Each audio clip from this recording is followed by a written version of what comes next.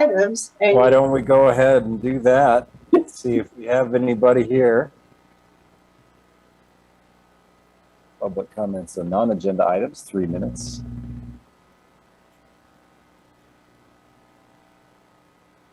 Doesn't look like it. Council Member O'Doherty. I just want a point of information. It's easier if you download that annual report so that you can zoom in using Acrobat. Just as a little tip. Thank you. You bet. You bet. You bet, Councilor O'Doherty. And that was sent out to everybody by the city clerk just a little bit ago, I think. Yeah, it should be probably probably one of your most recent emails would be from the city clerk with the presentation, which Councilor O'Doherty recommends that you download for ease of use. Okay. Why don't we go ahead and get into the section of the work session tonight that we've devoted and we've set aside for goals and objectives for 2022. And I'd like to, at this point, just turn it over to the city manager. Hi, everybody. Good evening, Mayor, council members. So for tonight, we have the first evening of your 2-evening retreat planned.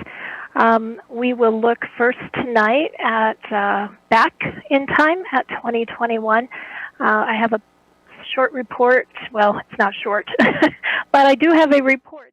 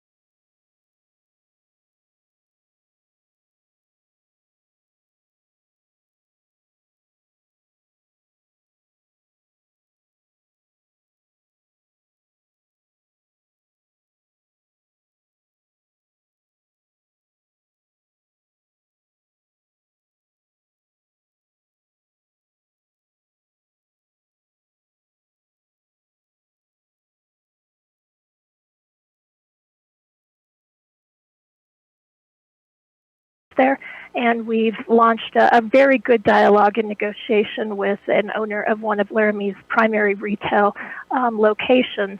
And we will continue that conversation into the next couple of months, hopefully concluding it and being able to present to the community some good new retail options. Milestone 3, as you know, we looked extensively at the development code audit and looked at revisions that might be needed. I won't go into too much detail here because we are going to touch on some of this with the second half of our work session tonight. And then moving to Milestone 4, housing also. There's a thorough discussion here, but I'm going to kind of set that aside and leave it for the planners to touch on Milestone 3 and 4 in greater detail later this evening. Any questions on our economic development objectives? I think we have one more on the following page, and then maybe I'll take questions at the end of this section. No, I was wrong. So we have 4, not 5. So as I wrap up the economic development section A, any questions, counselors? Janine, I have a question, which is that, you rightly touched on how the pandemic situation, of course, has affected all of our ability, the council working with you working with the rest of the city staff to really move forward on as many of these things as quickly as we might like or as completely as we might like. But it really is my observation, city manager and council members, that nothing has really gone completely backburnered or delayed. Whatever progress could be made has been, and in some cases, I think, substantially. So I do think that's worth pointing out, City Manager. I appreciate that you gave us that context, but I would say a lot of these things have been worked on, and in some cases, substantial completion has happened as well. So when I think there was an opportunity to get the work done, it was done. We're out of our hands, well, we responded accordingly. I really think that's the case. But I just wanted to add that as an addendum to your statement about COVID delaying everything. Yes, it certainly has, but it's certainly not everything, and there's been some work that I think we've all seen continue to get done. Anybody else have any questions or comments for the city manager on this section? I would just apply that to probably a lot of what we're going to hear tonight. But okay, let's keep going, city manager. Thanks for that. Thank you. Clerk, if you could go back a screen, I touch on one more thing that sort of dovetails off of what the mayor has just said.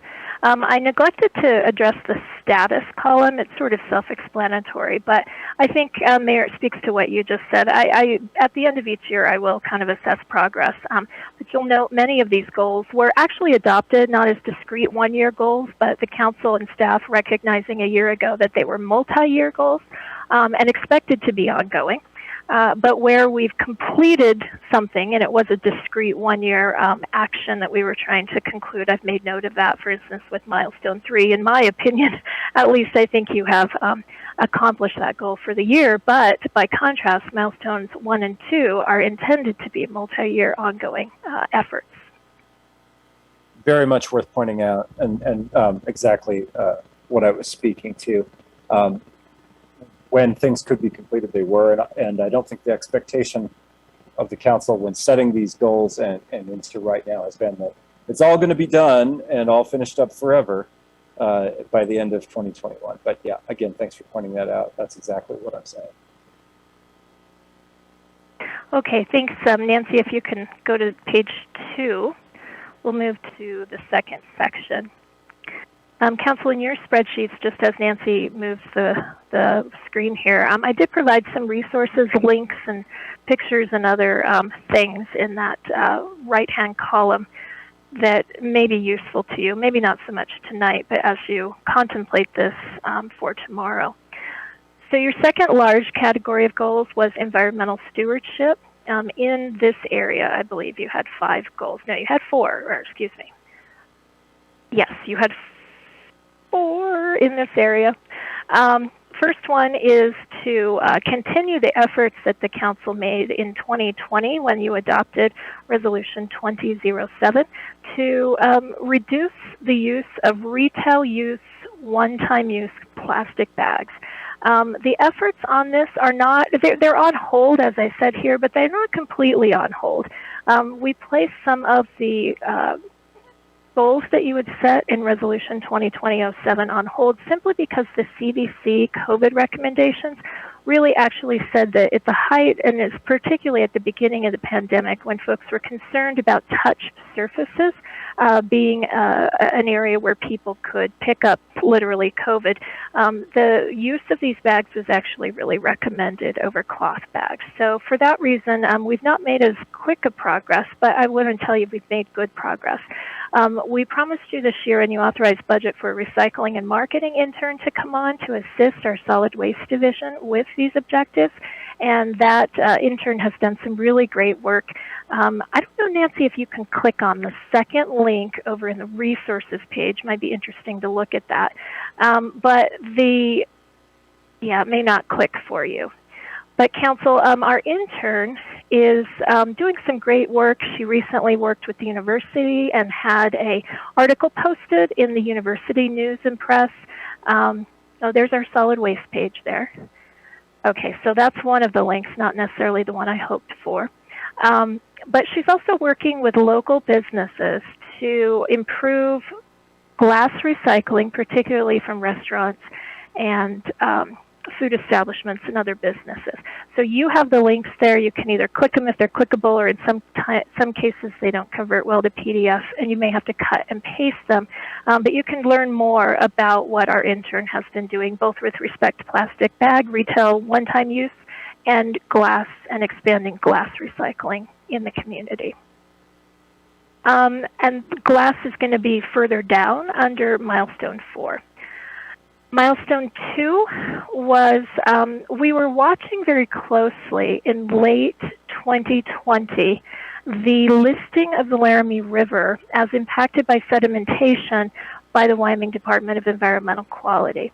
I'm happy to tell you that, I'm sorry, I thought I'd skip down. I'm happy to tell you that we've learned that the Laramie River, while it has been listed as impaired for excess sediment, with our communication with Wyoming DEQ and the Surface Water Division, we had the opportunity to review their draft plan for E. coli total maximum daily loads. They tell us that they will not be moving further with this. They have higher priorities elsewhere in the state. If you're interested in reading the draft Laramie Watershed E. coli TMDL report, that is on the Wyoming DEQ website. But fortunately, the city was not identified as being a major source of increasing those TMDLs. In fact, it's notable, I think, in there, as you read through it, you'll see that we do have some private treatment plants in and around Laramie. And it's probably something that we should think about as we move forward to consider as part of our growth management plan jointly with the county, also updating our what we call our 201 IGA agreement, our intergovernmental agreement with other wastewater producers and treaters in and around the Laramie area. That's probably 2 years out, maybe not an objective for 22, but definitely something that we'll keep an eye on at a staff level. Under Milestone 2, I'd also mention for you, staff are really conscious, and of course the council are as well, about what we do put into the Laramie River from our storm drains, in addition to our wastewater treatment plant. So we were able this year to install at a couple test sites for these gutter bins that actually collect waste at the point of intake where the storm drain is, and then those can be cleaned out periodically, and that prevents a whole bunch of solid waste and debris from entering into our Laramie River. Good success with these so far. There's some YouTube videos there where you can click and actually see how those function. And you can also see some of the really horrible things that come out of these storm drain gutter bins when we clean them. But it's good to know we can clean it there and we're not seeing it floating down our river. Milestone 3, I think you all are very well apprised of. We've been keeping you updated throughout the year on the progress that we've made on your renewable energy installations. And again, this was another resolution adopted in 2020. So that sort of illustrates our point that many of these objectives span multiple years and are intended to do so. There's a full discussion here of what's happened in 2021. And I won't spend too much time reading through that lengthy update for you there. I did include, of course, a picture because we're really happy to know that we've got the 25 kilowatt solar array installed now at our soon-to-be new municipal operations center that we expect will open on the north side of town here probably in about 6 months. And then Milestone 4, the last here, is glass, and I touched on that earlier. So I guess I'm ready for questions, and I see Andy has a question. Yeah, and also, Jenny, I was going to say that's pretty soon, 6 months for the Public Works Center. That's great. Sorry, Andy, go ahead. No worries. I just had a question related to that renewable energy goal or efficiencies. So I heard rumors about using some electric equipment, mowers and stuff with the Parks and Rec department. And I just wondered, are we seeing the same type of efficiency and time usage, or are we balancing some changing needs in terms of, how long it takes a battery to recharge or something along those lines for those types of operations? And is that going okay? Thank you. Through you, Mayor, Councilor Somerville. That's a great question, and it gives me a chance. I wanted in this section to give a shout out to Todd Fieser and let you all know that our Assistant City Manager, when it comes to Milestone 3, along with Public Works Director and our Chief Operating Officer, have just really been leaders in getting grants secured for these for instance, the solar array, both at the Recreation Center, the Ice Arena, and at the new MOC. So Todd, Malia, and Brooks Webb have really done amazing work here. And then that gives me a chance. So I want to give them a shout out, but it gives me a chance to segue that question as well over to Todd with respect to the electric small engine items. Honorable Mayor, through you to Councilor Somerville, we have been transitioning to some of the smaller hand tools, which staff is incredibly impressed with longevity of the battery life and what they do. Now, once we still haven't found our way past just a push mower, we're planning on 2 electric push mowers, I believe, here this next spring up at the cemetery and around certain places. We haven't made it to the next step up mower because we are concerned about that battery longevity. Currently, our mowers typically run 8, 9, 10 hours a day. And most of those batteries only go for about 4 hours and then have to be recharged. And then you've got a long time for them to recharge, and you need to have a whole nother set of large batteries to replace to keep those mowers in operation. We're hoping that we see some systematic or some technological advances to where we see the longevity of those batteries continue to make moves. But more than likely what you're going to see is a stronger move towards battery trimmers, battery blowers, backpack blowers, battery operated edgers, the type of machinery that creates a lot of noise. It has a lot of blowback because it runs in what I believe I call a 2-cycle engine, where it mixes oil and creates a lot of off pollution, and you'll see those improvements, but I just don't know that we'll see the move to the large mowers to mow an entire park just yet. Hope that was clear enough. Yeah, thank you, Todd, so much. I'm a huge supporter of this goal, but certainly want to keep those efficiencies in mind that you guys are working in areas. For me, makes sense to work in areas where the technology has advanced enough to make sense for our operations, and then continue to look for new technology upgrades as they become available. Because at the end of the day, if the staff can't use it, or they're frustrated with it, or it doesn't really do us any good. So thank you. Yeah, I think the guiding principle there in adopting this policy wasn't to say that we only want to use renewable equipment. We just simply wanted to add that into the portfolio of making the most efficient use of the city's resources, including the resources that we use to power our equipment, the energy sources. And he's turned off his camera, but I do want to say, as we talk about this Milestone City Manager, it certainly has been noticed and appreciated from this council throughout the last few years since the adoption of this goal, the execution of this goal as represented by the Assistant City Manager, Malia, and certainly Brooks Webb and the folks out at the various public works departments. It's not escaped our attention. We're very, very happy to hear about it. We're extremely impressed with the execution that we've seen out of this, and we're we're just very grateful to see it. As I know, the residents in Laramie, who, if you recall, came out in large and vocal support of this goal, are also glad to see.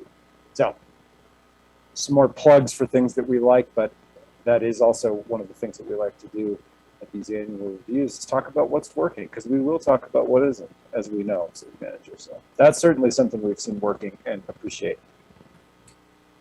Okay. Thank you, Mayor.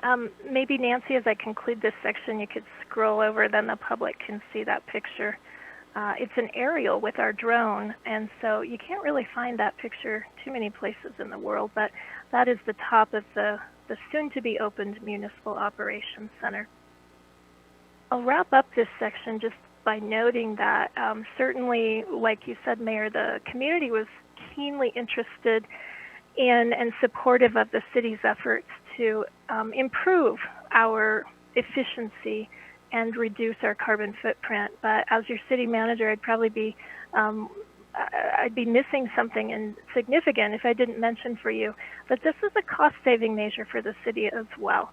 The wastewater treatment plant, for instance, the efforts that we've made there, we think they'll reduce our energy consumption by 20%. And while that's really great for the environment, that's really great for the bottom line in the budget too. So being the manager and the money lady, I better make sure and mention that, but it's sort of a win-win across the board.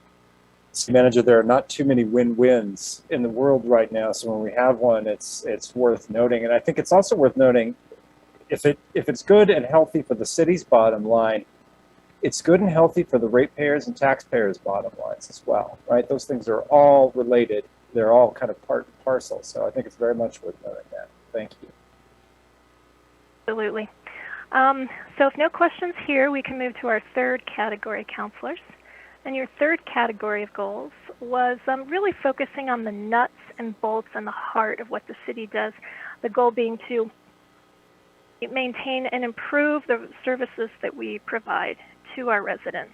And those services are myriad, as you know, but typically what we have focused on in recent years has really been focusing on our infrastructure, and many of these goals touch on that.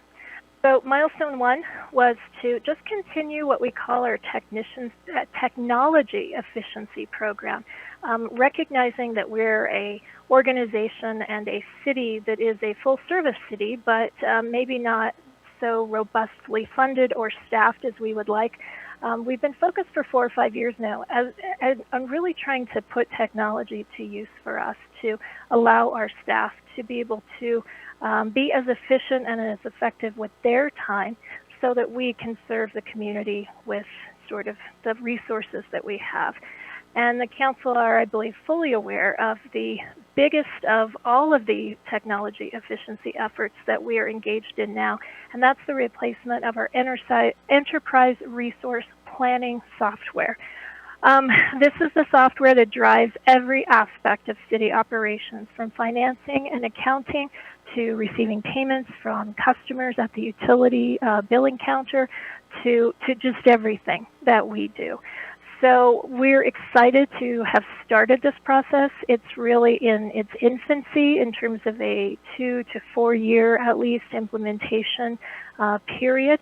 But as we move through this in baby steps and in phases, I think not only will employees experience better productivity, but ultimately the residents of Laramie will start to see improvements in customer service, better access to city information, better access to information about, say, their own utility usage, their water usage, or their wastewater usage. So we're excited to bring these changes to the community, but it'll be a 2 to 4 year process. City Manager, do you mind if I check with the Vice Mayor? She's been waiting for a moment here. Vice Mayor? Yeah, I wanted to ask a question related to the previous milestone, like Milestone 4 in the previous group, and I apologize for being late on the draw here. But I'm wondering if we could get an update related to how we're doing on our recycling of items or numbers 1 and 2. And if Brooks has heard of any chance of maybe expanding 1 and 2 to other non-bottle type items and potentially including like 3s and 4s coming up soon, given, some external forces related to the price of oil and stuff like that. So, and I don't need an answer tonight, but I'd like to know if he's heard any rumblings of potential changes. And it might be too soon, obviously, but just a question. Thank you, Vice Mayor. I don't have that question or that answer for you ready, but we will get that. And I assume, just to make sure I'm tracking, you're referring to our 1, 2, 3, and 4 plastics.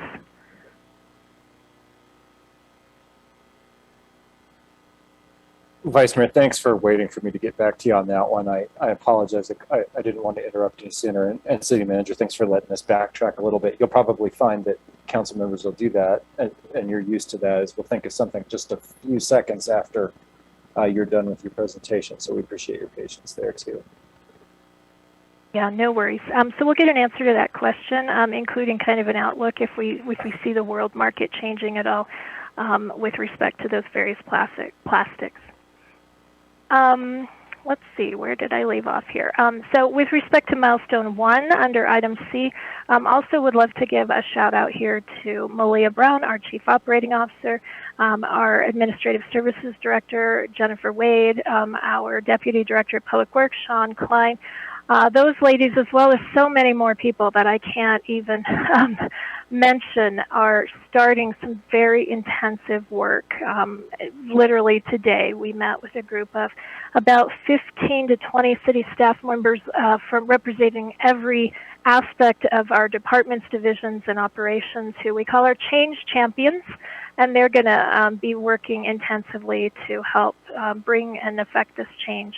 So thanks to those ladies who are leading that effort and our change champions. Milestone 2 is sort of an ongoing effort we look at every year, trying to make sure that we can make sustainable modifications to compensation and to make sure the city is paying a fair wage and that we have a strong ability to recruit and retain our highly qualified staff members. A couple things that happened this year here with the 22 budget. As you know, that did include an optional retirement match program that was new for our staff and very welcome by them. Also a 2% performance-based compensation reserve. We were able to disperse that reserve in the fall to the staff, and then we were also able to include a merit-based wage increase by sweeping vacancy savings from across the organization. I can tell you, Council, the staff were very, very pleased to see this increase. It's been a number of years since there was an increase.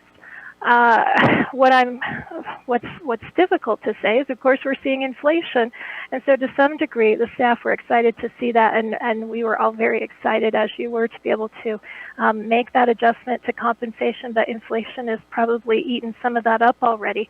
So we expected that, and we know that inflation will continue to challenge our organization, just like every other employer in the country and in the world, for that matter.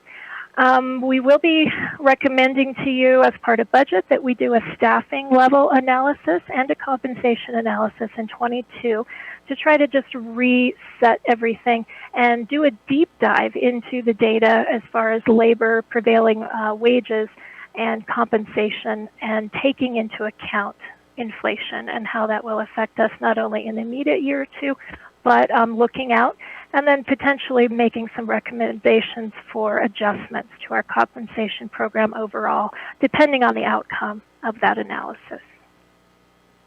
Under Milestone 3, you had wanted to acquire some additional, or support the effort, I should say, to acquire the additional open space, which we now know is the Pilot Hill properties.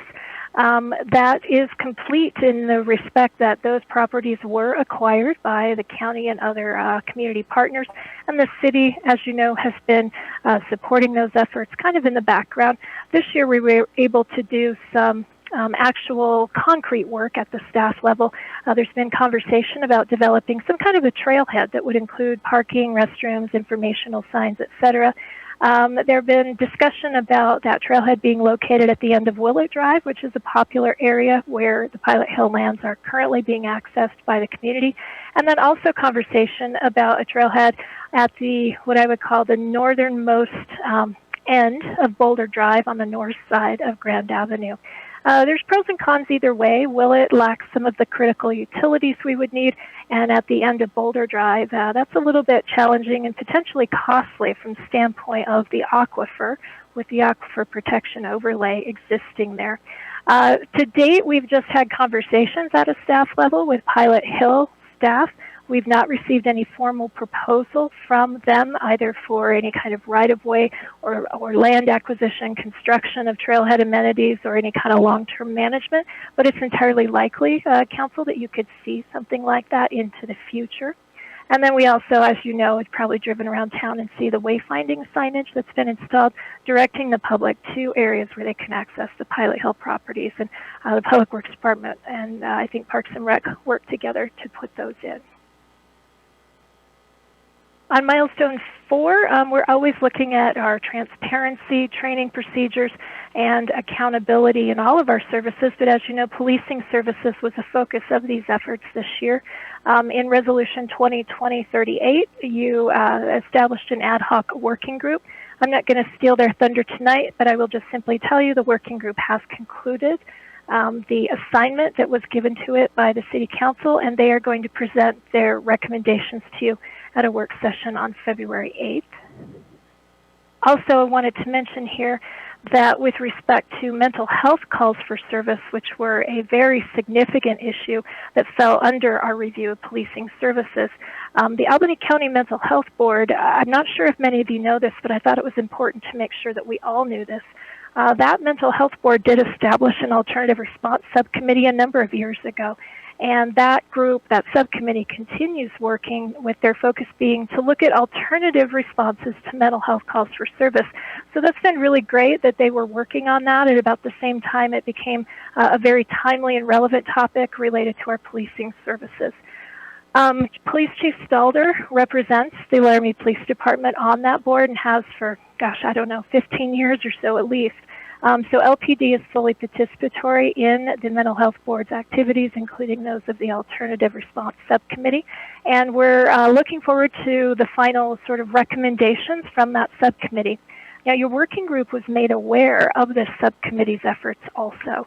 And so those two kind of simultaneous and parallel efforts will likely come together at some point in the coming months, with those two groups sort of operating in the same sphere and considering a similar issue in mental health calls for service.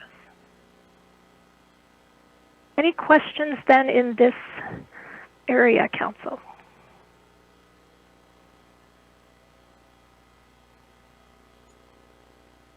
Council, some questions here for this one. Let's give them a second in case they remember 5 seconds into your next presentation. And I'm not making fun of the Vice Mayor because I do it all the time.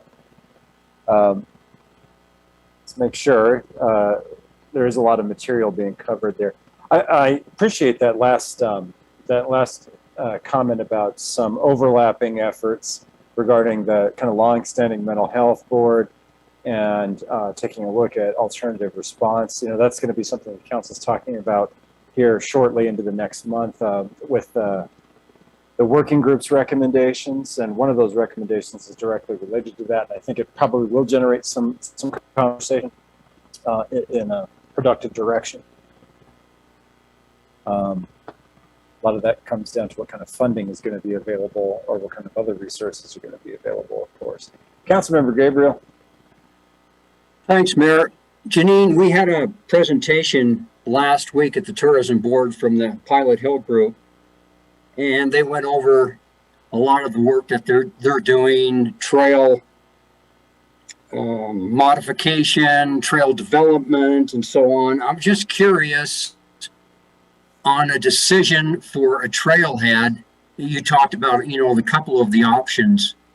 How how are you going to make that decision? Because I know there's, like you said, there's several different ways we could go there. We could spend a lot of money. We could do some basics.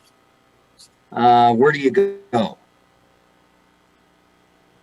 Through you, Mayor, Councilor Gabriel, that's a really great question. I will tell you, I think the way staff would handle it, and in the discussions we've had thus far, we would handle it just like any development. If we were developing a park or a business or a residential development, the first thing we're going to do is look at the municipal code and how that applies to that development. And really probably where that comes into play here is what I've already said, like with the aquifer protection overlay. Is there anything in code that causes this location to need special treatment? And that's what we know about Boulder Drive. It is in the overlay. It's in a very sensitive area as well. And then what we would look at is, well, how do we develop this to make sure that it meets sort of city standards? So take, for instance, Boulder Drive. We'd probably be looking at some kind of paving or some kind of surface treatment of a parking lot there, similar to maybe like what Laramie Four did, to make sure that there isn't runoff from that parking lot if we were to build one there that could potentially compromise the aquifer. So I'm getting too detailed, Councilor Gabriel, but we're going to treat it like any other development, and then we're probably going to bring the pros and cons to the Pilot Hill Group, and at some point, undoubtedly, to the council as well. Great, thank you. Good question, Councilor Gabriel. Thanks for touching on that. Okay, I don't see any other hands up for any of those other items, City Manager, so let's go to the next one.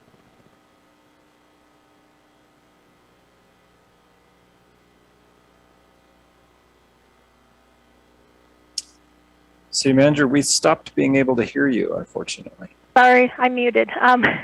So D is a heavy infrastructure subset of our overall city services. Milestone 1 deals with our streets, and I think really the summation here is that this is obviously ongoing from year to year, but we did try to make a big push to put a lot of money into the street system in order to keep our average pavement condition rating at or above what we call the non-critical level.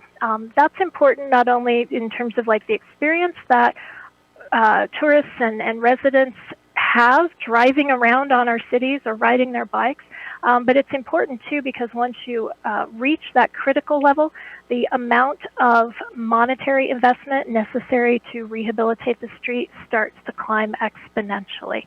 The phrase that you hear oftentimes in this sphere is deferred maintenance is costly, right?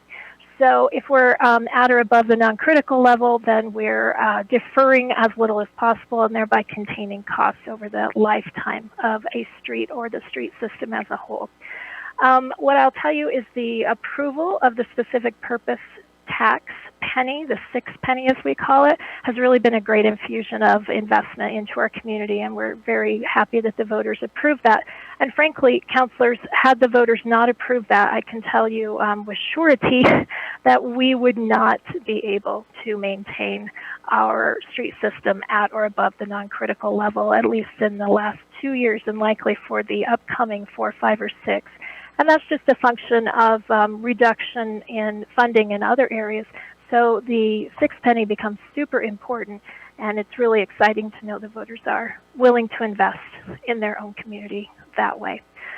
So things are good here, I guess is what I'd say. And what we'll be recommending is we just continue those significant investments into the next 2 and 3 seasons that we already have planned.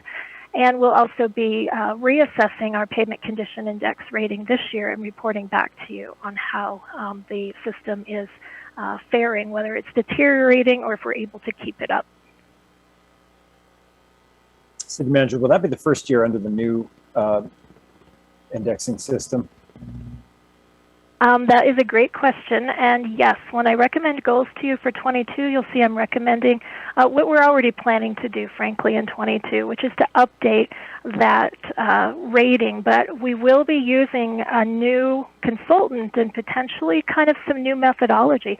So it will be interesting to see how the new methodology and the new assessor rates our street system, and if it is comparative to the data that we've been collecting and the analysis we've been doing for the last 20 to 30 years. Worth mentioning. Last thing I'll add here is just to kind of put this information out for you guys and for the public, not only because of the 6 penny and the work that the city has planned over the upcoming 3 construction seasons, but also looking at the work that WYDOT and the university has planned over those next 3 construction seasons. It became pretty evident to me this past summer that our community is really going to see probably more investments both in underground infrastructure work and in vertical construction than it has seen in decades. And I mean decades and decades and decades.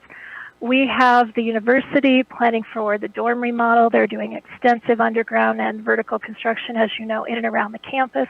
WYDOT is planning to rebuild the Curtis Street interchange viaduct, and that'll be a 2-year project. And we're going to be working in 3rd Street doing underground work for the next 2 years, leading up to them doing above ground work in the 3rd year.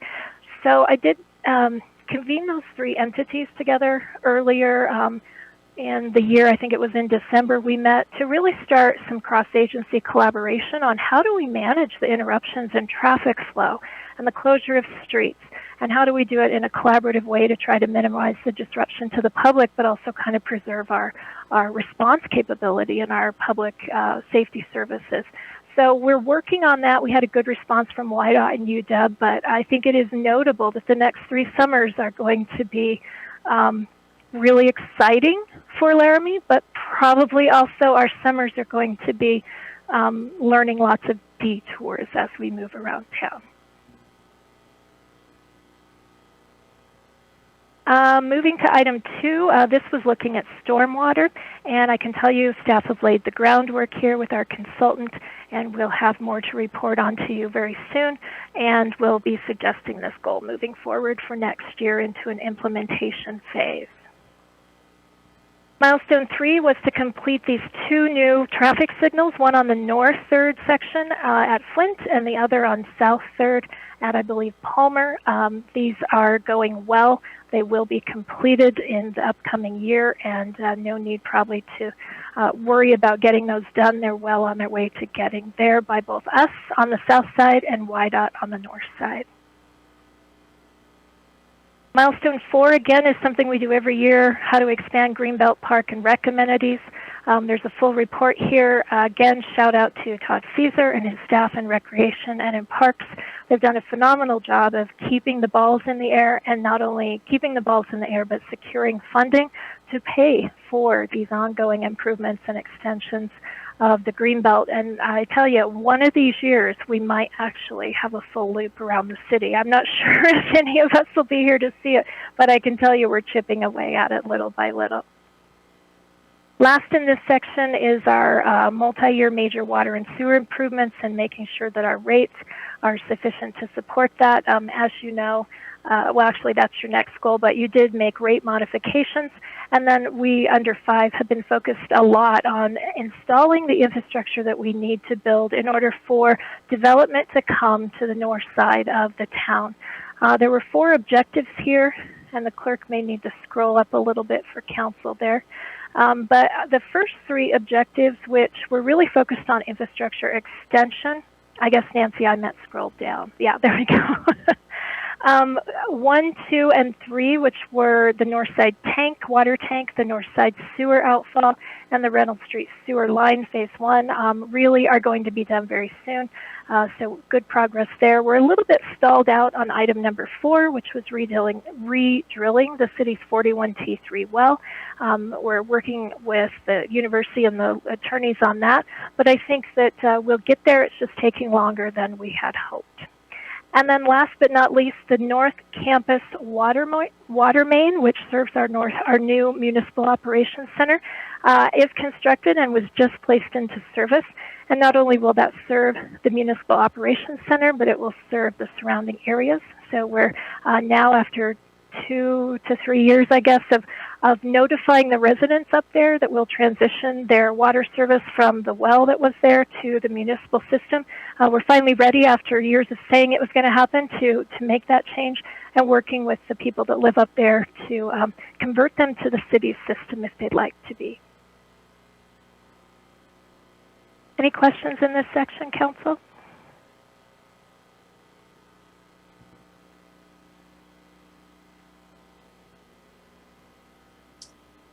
Doesn't look like any questions right at the moment.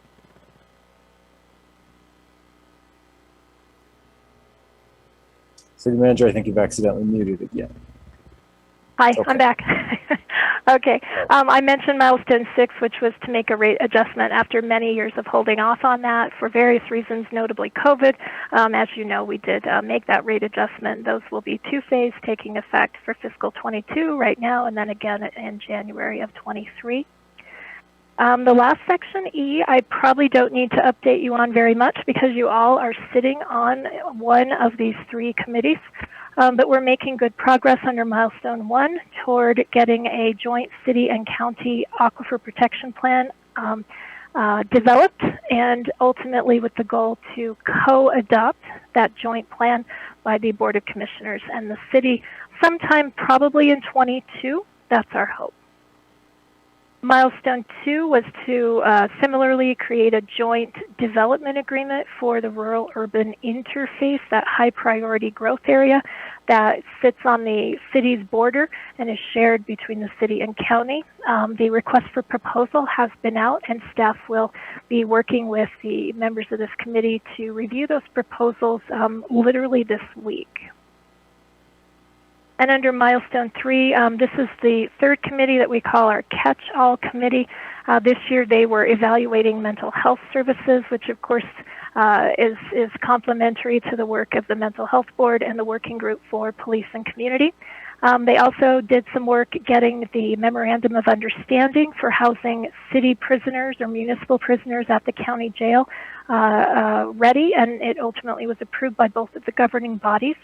Right now, this committee is looking at emergency medical services and touching upon those services beyond the municipal boundary and whether EMS might be able to contribute to that mental health services objective.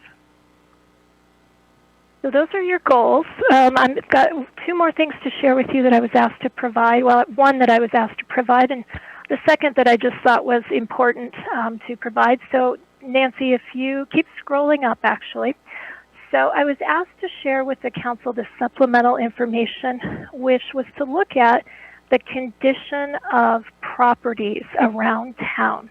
As you know, staff work with property owners routinely to deal with disrepair and nuisance issues at properties, and this can be stemming from a general lack of care or to a property being vacant or abandoned, or what I call destructive hoarding. There is, as you know, a show on television about that, but we are not the magic community that doesn't have any circumstances of that. We're like the rest of the country, and there are circumstances that staff deal with routinely around town. So what I asked our nuisance enforcement folks over in planning and the assistant city manager to do was to give me the list of our top properties that we work with. And we have about 30 to 40 properties that are kind of on the list and considered to be derelict or nuisance at any given time. What I wanted to show you in this map that we created in GIS, and Nancy may need to scroll over a bit more for you to see all of it. We did not want to put out individual addresses, but just using these like larger bubbles to show clusters. What's really interesting when we plotted this out last week was, I think the takeaway is how prevalent these communities are on, near, and very close to some of our major roadways and where people travel, I guess. And so what I had said here, it was interesting to see it plotted out because, council, we have had this pointed out to us, this very thing you see demonstrated, by three separate consultants working on three separate things for us in about the last 6 years.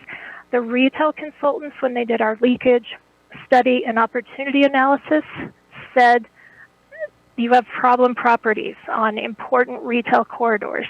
Our Thrive economic development folks told us this, and the third group that did our Housing 2030 plan told us that this that anywhere in the community, but certainly concentrated on your major corridors, that this cluster of not well-maintained properties is becoming a barrier to attracting private investment into the community, to attracting new businesses, and to really creating economic opportunity for our residents.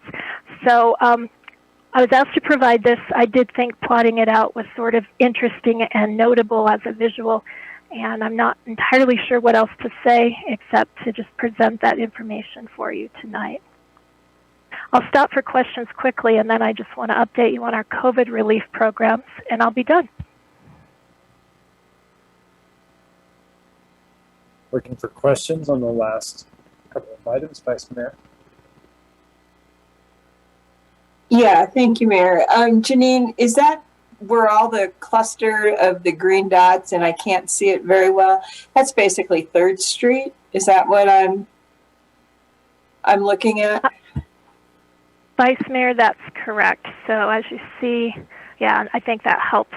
You can see North 3rd Street, north and south.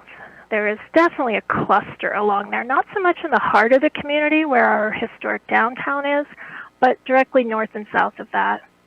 Right. And some of these, yeah, and note too, Vice Mayor, that the bubbles, there could be multiple properties in any bubble. These are just kind of clusters where there may be 1 or 2 properties there. And some of them are just off of 3rd Street, like in 2nd and 1st, which, you know, kind of makes sense. Some of these areas are much older neighborhoods, older properties, older homes. We also have a cluster, though, if you'll note, out along or in close proximity to Snowy Range Road in West Laramie. Yeah, it's just... and then yeah, thank you. Yeah, good. We have the known cluster out by the airport that, you know, the airport's touched base with the council over a number of times in the last 10 years about. And then we do kind of up on the north side of town, we have like a little cluster, sort of just north of campus proper, and then a little bit further north of Reynolds Street as well.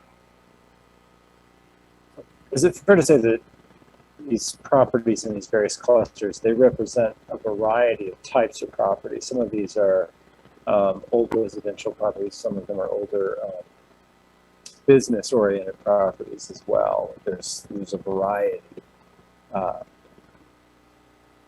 properties. Mayor, that's correct. Yes, we did not look only at residential or only at business commercial. We just looked at any property was sort of on the list of having sort of issues of not being maintained well, hoarding, nuisance abatement, those kinds of. Yeah. All right. Councilmember Harrington. Thanks, Mayor. Janine, do you have any idea on practices that other municipalities have used to address this sort of an issue? Well, through you, Mayor, Councilor Harrington, really, I believe most municipalities do what we do. And most municipalities have issues like this, where you have sort of repeat, I don't want to say repeat offenders, but you have properties that are persistently on the list for a variety of reasons. There are certainly more heavy-handed options by law that are available to our nuisance enforcement folks and to the city more generally to deal with properties that, to the degree that they can be condemned. But those are definitely, like I said, more heavy-handed tools. I'll give you an example for some of you that maybe weren't here. The Fox Theater downtown, which is now our food co-op. When I first became city manager, the city had been struggling with that property. The roof was caved in. There were about 9 billion pigeons living in it. They used to blacken the sky literally over the downtown. So after years and years of that property being condemned, the city did determine, the council decided to take some action and took that building down because it had become a health hazard. That's a pretty heavy-handed approach, and ultimately, even despite condemnation, there was no way to pass the costs on to the private owner. And that's a unique property. I wouldn't say that is something that we would see routinely amongst these 30 and 40 properties, but there are a variety of options. And I guess I would ask Derek, so Derek oversees our nuisance activities, as does Todd. If they would like to add anything, they're welcome to. Please. Mayor, council, I think too, just to further discuss kind of this map and the representation here. I mean, there are also probably properties in here, especially in the residential areas that we're probably missing. We're not picking up. They're not on our more regularly traveled routes. People aren't noticing them as much. So I think that this is, kind of a snapshot of what some of the bigger, most problematic ones that we know about. What's good is that, the city, and through my office, we do have a code enforcement officer, which is Brian Forrester. His position really is kind of our eyes on the ground a lot of times when it comes to these issues, kind of noting properties that aren't being kept up. He's the one that gets the calls from the neighbors. He gets the ones, he gets the calls when a tree falls over and no one cleans it up all summer. So this is how we're kind of identifying these properties. As the city manager noted, there's tools out there for dealing with this. A lot of communities use their enforcement officer to clean up, I'm going to say, the outside of the property, make it look a little bit better to the public. But when you start going beyond that and, placing liens on properties or addressing properties in a more heavy-handed manner, it becomes more complicated legally. And it's just not as simple. There are some communities that adopt registration programs for these and charge, fees and things. There's a really wide gamut of tools out there. It's just, a lot of them are pretty extensive and heavy-handed when it comes to, a property that's already abandoned that someone's not taking care of, and then, going after them for registrations and yearly fees and things like that. Beyond that, my direct experience is pretty limited in it, and it would probably be a lot of work in terms of just researching exactly, what your outcome is and what kind of tools you would want to put in place to try to create that outcome. Councilmember Harrington. Thanks, Mr. Mayor. I just wanted to comment at the end, just to wrap that up. I appreciate that, both Janine and Derek. I just because I asked, I felt like it was important that I say that I'm not super interested in going down the heavy-handed approach to all of this stuff. I think we could go, if we are pursuing something in that regard, we can come around to this, I guess, in the goal setting aspect of it tomorrow. But heavy-handed seems like it could have some pretty serious consequences on lower income Laramie residents. So I think we would need a more tailored approach, sort of each property one at a time, which will be tedious and time consuming. But, I'm not sure condemning is going to, it will address, right, like the building will be gone. But I'm not sure that that's going to be in the benefit of the city in the long run. So thanks, Mr. Mayor. I'm rambling at this point, but I just wanted to I didn't want to leave that open-ended, I suppose. Thanks. You bet, Councilmember Harrington. I'm going to try to help you out there, because I think it's important in this stage of the discussion to stress the following, which is that this cluster map here has been created for the purposes of talking about potential policy choices, and as the city management and Fairview Planning have pointed out, there's a menu of options, and there's also certainly some examples we can look at across the state about how different approaches have been applied to different types of properties, and there isn't a determination about a specific policy choice for any property being made at this time.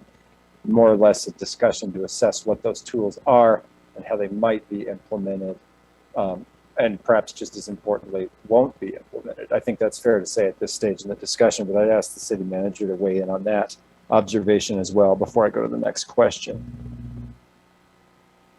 Mayor, no, I think you're correct, and I think I want to backtrack a minute. When I said heavy-handed, what I meant was, where the city or the local government really starts to get involved in that private property. And there are times when that is clearly warranted. I believe the Fox Theater downtown back in the day was one of those situations. It had become a health hazard to the community writ large. There was literally like 6 foot tall drifts of pigeon feces in the building that was blowing around. So those heavy-handed approaches are very important, I think, when you start to have effect to the community, like on that level. So I don't mean to say heavy-handed to be discouraging to the council. There's a reason that governments have tools like that. But you're absolutely right. There's a spectrum from lesser enforcement and education and outreach to those heavy-handed approaches when you really can't get the attention or the compliance of a property owner to make and correct an issue that is harming the neighbors or the community. I'd like to raise just one more point, and then I'm going to go to the vice mayor, but on this discussion, because it is sensitive and it's equally important. I'm also not going to pretend as a member of the council that I have not fielded questions and inquiries for every year that I've been on council about a number of properties that are placed on prominent, what we like to call gateway locations. For years, I fielded questions from Laramie residents in a variety of capacities about what is going on with this property, why can't we do something about it? And those discussions aren't going anywhere, nor have they. It is fair to say that these are noticed by members of the community. And there is engagement about what's going to happen or what could happen with some of these properties. And I simply am not going to represent that isn't something that Laramie residents are concerned with at the same time as we're concerned with some of the consequences that might come along with policy choices to try to deal with these things. That's also a factor, is that people in the community raise concerns about properties that they perceive to be neglected. I'd like to go to the vice mayor and thank her for waiting, and then I'm going to go to Councilmember Comby. Vice Mayor. Yeah, thank you, Mayor. I really appreciate this discussion. I think it's important, and I think we need to have it. And frankly, there's nothing easy about this conversation, right? But I think it's important that we have it. I also think that when we look at these particular areas, it's a twofold process, right? It's an area that sits on our main street, right through town, 3rd Street. I mean, that's our main traffic, flow of folks coming into our town, and it could potentially be very ripe for development. So on the one hand, you have some locations that are not doing so well. On the other hand, you have to look at it in terms of what can we put there that's kind of new and shiny, right? And could serve the community. So it's really, from my perspective, we need to look at this, I hate to keep using the word holistically, but we need to look at it in terms of, yeah, we've got to fix this area, and what can we do, as opposed to just, leveling or I don't know what the right word would be, but condemning or whatever. We've got to say, hey, this is what we'd like to have here. This is what we know we need in the community. So, and I think even when you look at South 3rd, for example, we know that the development of Bill Nye and down at that end of town, that may holistic, over time, change all on its own, without our interference. At least my gut is kind of telling me that part of town could really turn into something quite exciting once we get the right infrastructure. going on over there. But maybe the north part of Third, you know, maybe that's a little help, right? Or potentially Snowy Range, you know, heading out of town there. Maybe that needs a little more look at, you know, from our retail folks, from the economic development side of things, and see what we can put in place of what we have there that is needed in the community. So that's just my comment. I think, like I said, I think we have to look at this, you know, from many angles, and I think that could very well be one of them. It's just, how do we develop to improve, and how do we help those owners and private property, and right, and to move the community forward, because truly, you know, that's our gateway. I mean, we need to pay attention to that. So thanks. Absolutely, and I want to just encourage a thorough discussion about this because it is such an important topic and complicated. Councilmember Cumby.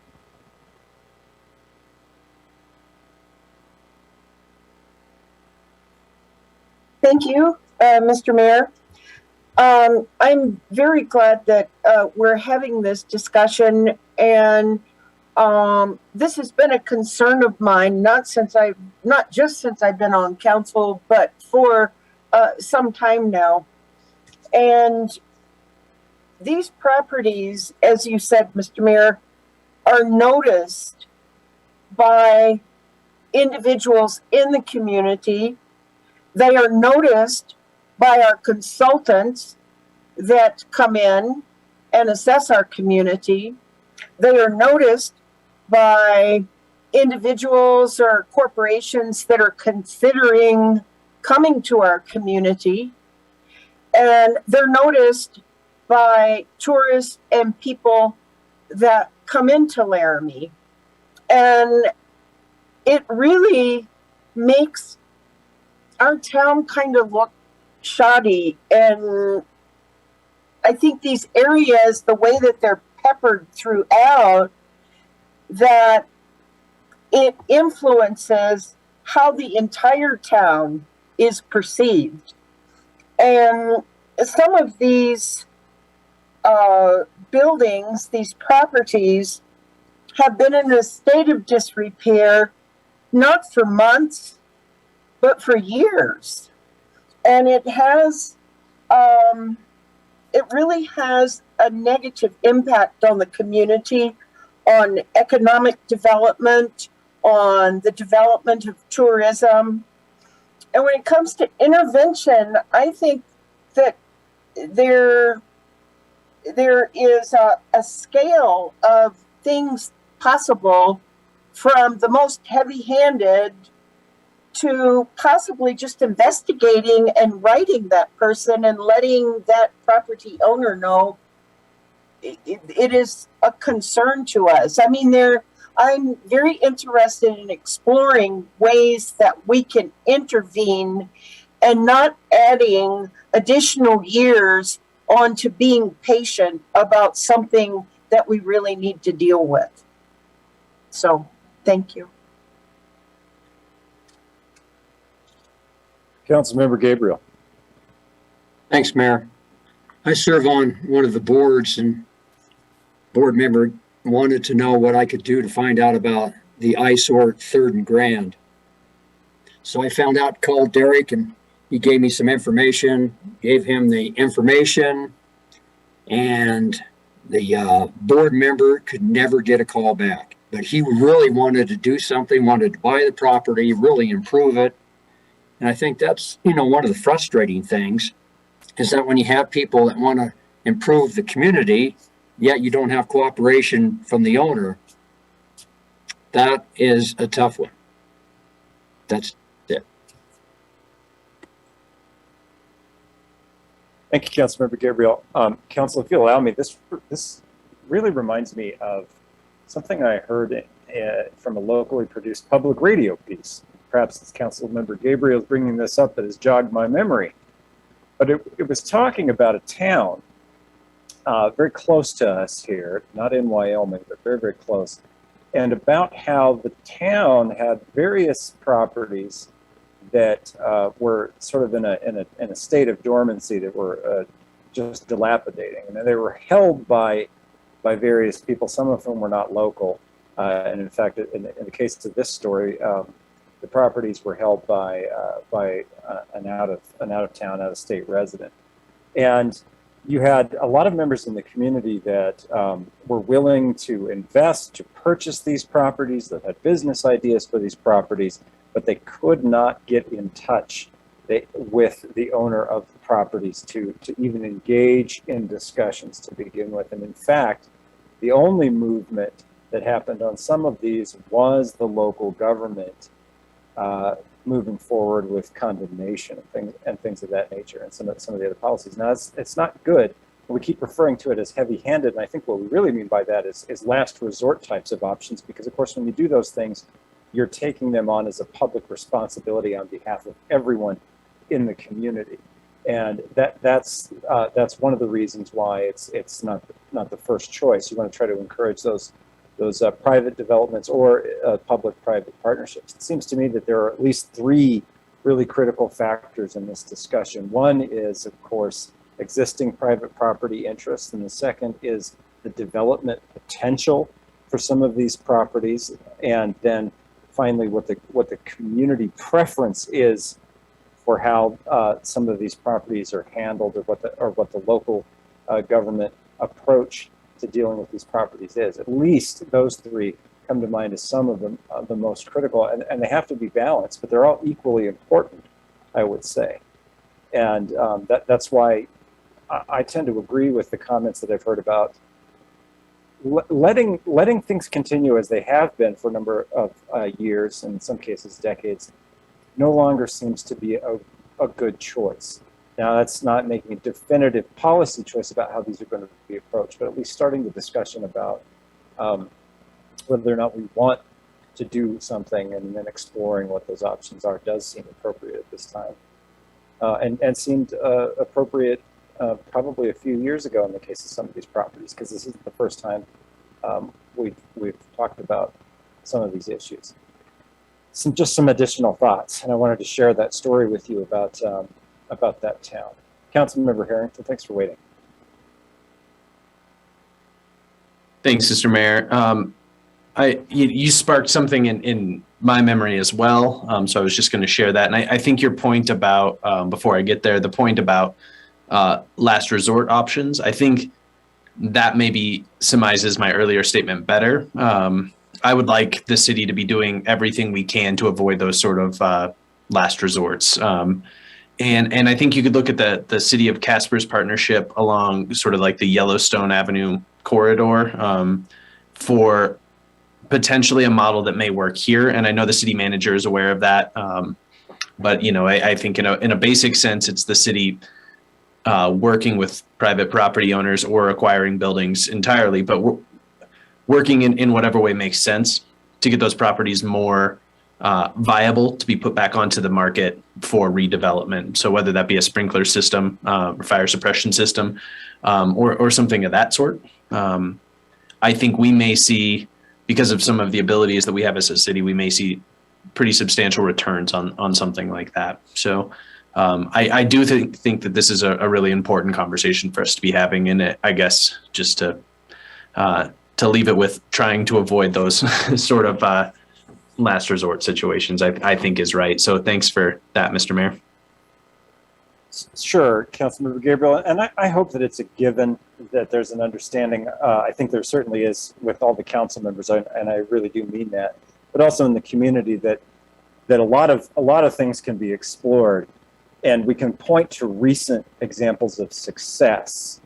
For instance, the Big Hollow Co-op building is a remarkable recent example of public-private partnership to do something with a property that could have easily been on this list, that has been successful, that is valued by the community, that we can point to and say there are ways to do this in a beneficial outcome for the city. There are absolutely ways to do it, and there are more tools than simply condemnation or some of those last resort things. Absolutely. Now that, as the city manager pointed out, was somewhat of a unique property with a long story, but it also provides us an example of success. Like I said, I think it's important for the council to be talking about this, and this work session is the opportunity to do it. But if I'll give everyone another minute to see if they want to weigh in here. Otherwise, we've spent some time on it. Well, City Manager, why don't we go on to the next piece, and we'll hold off on further discussion about that until maybe a later time. Very good. Thank you, Mayor. So, Nancy, you can scroll down. Council, again, I thought this was important information in the last bit I have for you tonight. I wanted to just update you on our direct COVID relief programs.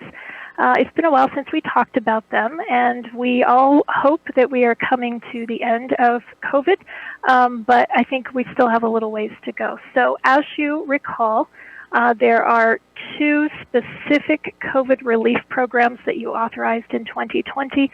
The first one deals with resident relief and the second with business relief. The top box there shows you you allocated $86,000 in a partnership that we formed with Laramie Interfaith to provide relief directly to residents experiencing hardship. As of the end of 21, $40,000 of that remains, and $40,000 has been expended, or $46,000. Under Resolution 2020-23, this was your business relief grant and loan program. This is administered by Laramie Chamber Business Alliance, and the city, myself, and your chief operating officer sit on a review board with other LCBA members who vet these loan applications and grant applications. To date, there have been 6 loans made for the amounts noted there, totaling $104,000. The balance remaining owed at this time is $84,777. And then in the grant program, 32 businesses have been provided business relief grants. They're all about $1,000, give or take 100 and 150 or so, with the total amount put out into the community being $31,000. So overall, in the business relief program, you still have funding remaining there, and about $135,000 has been put out into the community. I want to take this opportunity, just in case the public are listening, and also to ask you all to spread around the community the information that both of these programs have relief monies remaining in them. And I know from talking with Brad Enzi, the CEO over at Laramie Chamber Business Alliance this week, that our businesses are continuing to experience COVID-related struggles, basically, as are our residents. We're seeing labor shortage of labor. We're seeing labor prices, wages going up. We're seeing increase in prices for raw materials, for food, for things like that. So if the businesses are struggling, I hope that they will remember these programs exist and are available to them through these city partnerships. And then lastly, I did include here our Wyoming Smart Capital Network. This is a consortium that the city formed now over 10 years ago with 17 other municipalities in the state of Wyoming. City is the lead city, and we chair the board. The Smart Capital Network has, over that 10 years, expended its original $13 million. But this year, we created another program by accessing an Economic Development Authority federal grant for $4 million. The Smart Capital Network matched $1 million to create a new $5 million pot of money. That program started with its first business growth capital support loan partnership with a Wyoming lender in August, and since August, 6 businesses across the state have been helped. I believe 2 of those have been in Laramie, and I included a picture here of our most recent storefront that will be a recipient of economic development funds through this program. This is a new business that you will see doing some facade and renovations of its front facing on 3rd Street, their building. And so that kind of dovetails under our last conversation.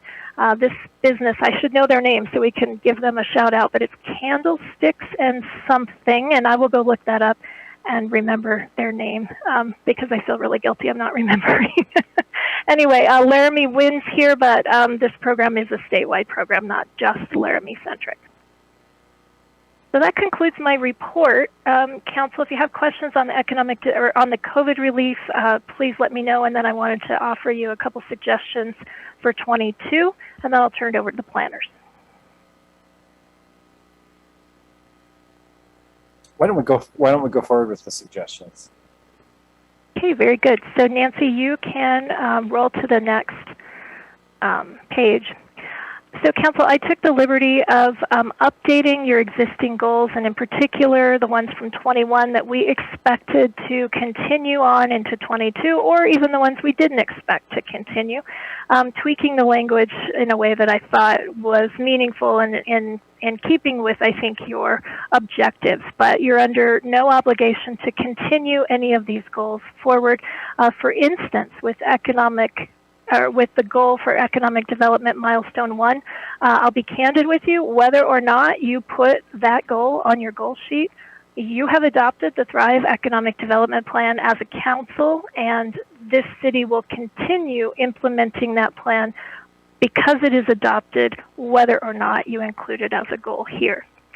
So Milestone 1 and 2 are recommended to just continue. Milestone 3, I believe, is complete. Milestone used to be 4, now 3. I've recommended in red that and a couple others that fall under this economic development category. I'll touch on Milestone 3. This touches housing, and the planners are going to talk to you about it a whole bunch, so I'm not going to go there, but I am going to ask if our assistant city manager would like to help me with this one. Todd and I had a good conversation recently about really maybe the city starting to think seriously about assessing, developing housing on our city-owned Turner Track properties. And in particular, because Bill Nye Avenue is going to open up this area in a way that it hasn't been before. We don't have the capacity, candidly, to start a housing development in 22, but we could start laying the groundwork in terms of research and understanding. Todd? Yeah, thanks, Janine. This one, the planners and I sat through the We Can housing crisis that was conducted in Montana, Idaho, and Wyoming. And this really came to the forefront is that as we start to time things up and timing with the future Bill Nye development and when it moves forward, we really need to be poised to make these moves and get some direction from council on how they'd really like to see this developed. There are a lot of creative ways that we can do this. But initially, the first thing that we have to do is we have to find a way to keep the land costs low in order to keep housing starts down in a price where we want to make them affordable in this community. And we have to figure that out. And Cheyenne's currently working on some stuff that's creative. The city of Spearfish, South Dakota has done some creative stuff. There's quite a few things up in Montana that have been creative, and some things around Jackson that have been creative to drive and help with these housing crises that we can all rely on and evaluate and hopefully choose a process that goes well for the city of Laramie. Now, the hard part about this is even though Bill Nye might be moved back to maybe late 24 or 25, that's light years to try to get something done like we're talking about. And we need to get moving in order to keep up with that. And I shouldn't use the term light years. That's like tomorrow in today's terms. When something's going to happen and we're going to try to do something creative in municipality, we got to get moving now. And it's time. I actually had brought this up with Janine and the planners together, and there's a little sparkle in some people's eyes on the creative stuff we can do. And we really have an amazing team between Janine, myself. I like to consider myself amazing, but Derek and Philip Gabatuller and a new planner that's coming in that we're really super excited to just get creative and help solve this housing crisis. Thanks, Todd. So, Council, we'll talk more about it, but we're planting a seed with you. And it's a big project, and as Todd said, boy, it takes years for cities to do these things, but we should start thinking now if it's something that you would like to do. Milestone 4, I'm recommending for consideration. I'm excited. I'm really excited about this one, I have to tell you. I've had my eyes on North 4th Street for about 7 years, looking at that as such an opportunity area for the city, starting with the opportunity area that the city owns, which is all of our North 4th Street complex. So I believe that 22 is the year where we're going to exit those properties, we're going to move out, and we're going to move into the new Municipal Operations Center. And so I believe this is the year that we really get serious about implementing the North 4th Street redevelopment plan and vision that you all created, well, that this community created a year and a half ago now, I think. And I did include a link there if you'd like to refresh your memory on what that redevelopment plan for our city properties looks like. I also have to tell you, having been looking at that area as such an opportunity area for so many years now, I think we would be short-sighted if we don't look not just at the city properties we own that are outlined in that map there, but if we look more holistically along that 4th Street corridor, probably from Canby north for 2 or 3 or 4 blocks, and maybe even look to the west and look at the properties that are on 3rd Street in that same Canby to Shield or a block or 2 beyond area. There are many properties for sale there right now that have not sold and have been on the market for years. And wow, just a huge opportunity there. We've been doing some preliminary research in my office this last year. Todd touched on some of our partner cities that he and I meet with regularly around the region. We know that Urban Renewal Agency is a real powerful potential tool for doing a multi-block, large area redevelopment that could include our properties and could include some of our neighbors as well. So I'm recommending we get serious about that this year, now that we'll be out of there with our staff and our operations. Also, Milestone 5, I'm recommending, I guess you could say, but really more importantly, I need to let you know, we have to renew the 5th penny general purpose tax at the ballot this year, or it will expire. And so that's something that we'll need to invest some energy and effort into, both with the city and the county and the town of Rock River. Next page, Nancy.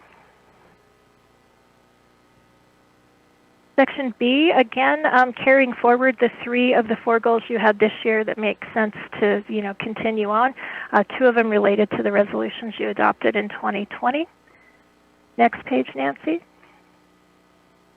Again, here doing the same thing, just updating the goals under your city services. I do want to point out Milestone 3. I should have coded this in red. I'm sorry, I must have missed that because this is wholly, entirely new. But we've been having some internal conversation with staff. There's some federal rule forthcoming from U.S. Environmental Protection Agency that will require cities to initiate a lead and copper pipe inventory and to provide public information surrounding the presence of lead and copper pipe.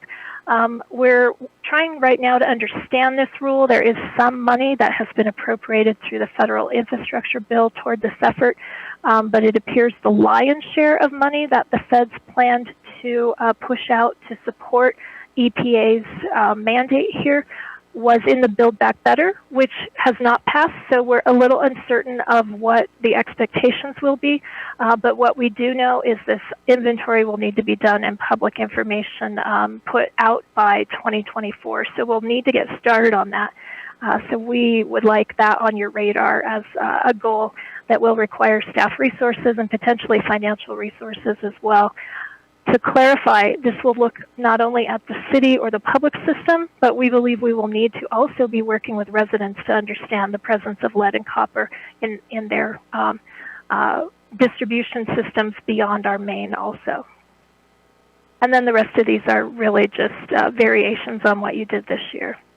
And Milestone 4, sorry, this should be in red also. Renew the lease for the Monolith Ranch. That is up this year for discussion and will require some significant effort and input from not only staff, but the council. Next slide. Under D, geez, I got the red right here. So also recommending that we just modify, I mentioned this earlier, that we'll complete the planned investments in the street system and update our pavement condition assessment. And then I modified these others that are multi-year to be more specific.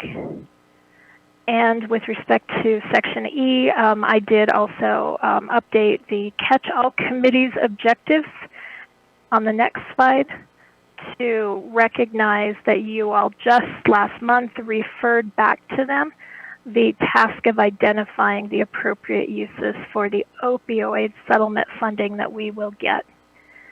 So that's sort of a look at 22 and some recommendations from staff for you to chew on. And I'm complete unless you have questions for me. Thank you. This took longer than I expected, and I anticipated an hour, but. Well, City Manager, that was largely due to the discussion that some of those items generated more than it was the presentation that you gave. And it's interesting to look at these proposed modifications, which essentially are simply tweaks of existing goals for the large part that the council's already signaled support for. So I think it was appropriate for you to take that approach in terms of suggestions. You know, there may be some further modification to them, but overall, my impression of them is they make sense. Overall impressions for this update from the city manager and our other staff members about our goals. I think a lot of that's going to look very familiar to many of you from the goals set the year before and the year prior to that. All right, I appreciate the discussion that we did have about some of those, and I don't think it will be the last. City Manager, I think I heard you say that that would conclude your portion of the updates on the goals presentation for tonight. Is that right? Yes, except I am kicking off the first slide of the planner's presentation. All right. I think Derek will take the lead from here, and he'll cue me in when appropriate. And you all know Derek Teeney, our planning manager. Derek, thanks for hanging in there.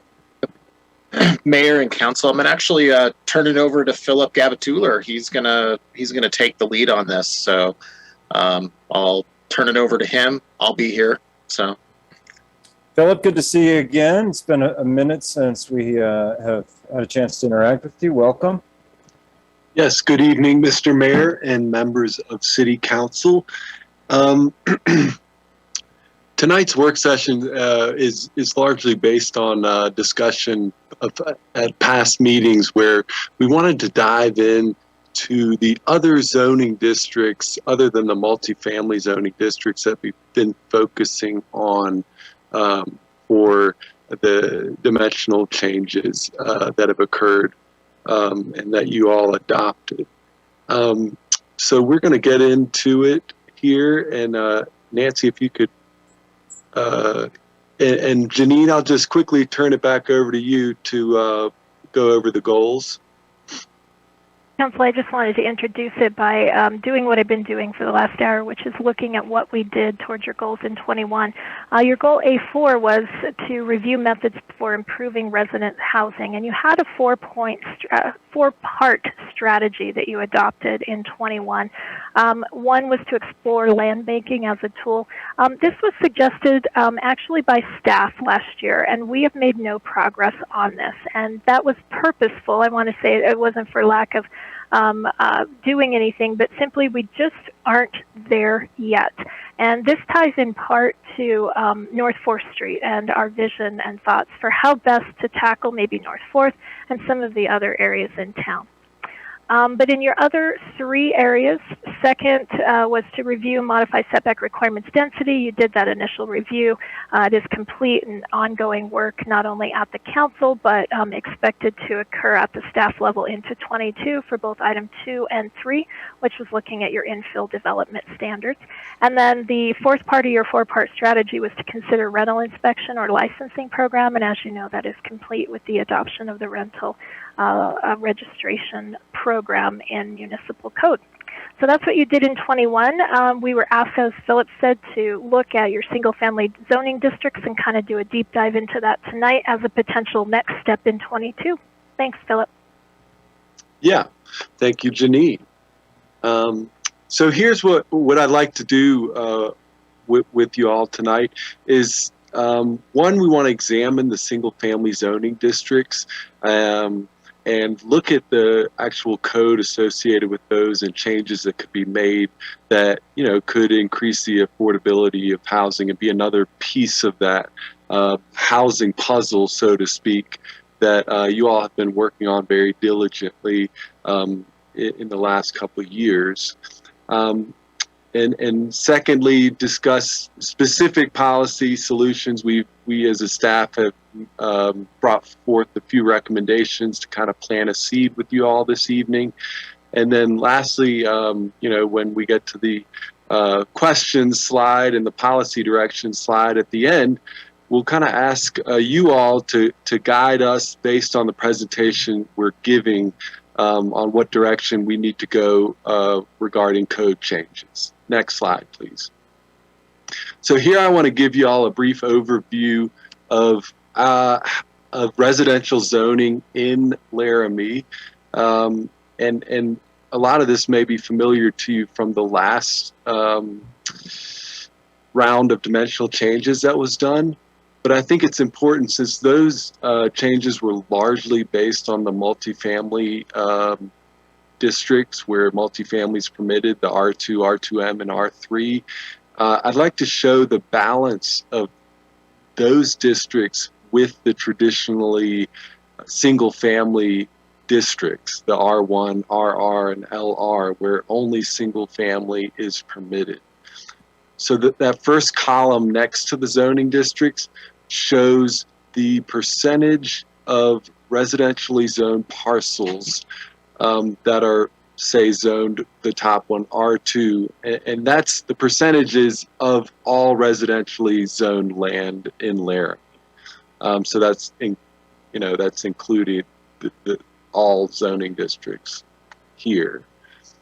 So the important percentage, I think, that council, that you all should focus on tonight is over to the right. Since I did break it up into parcels as well as actual acreage of land, you can see that it's very balanced, about half and half of the actual land that's zoned residential.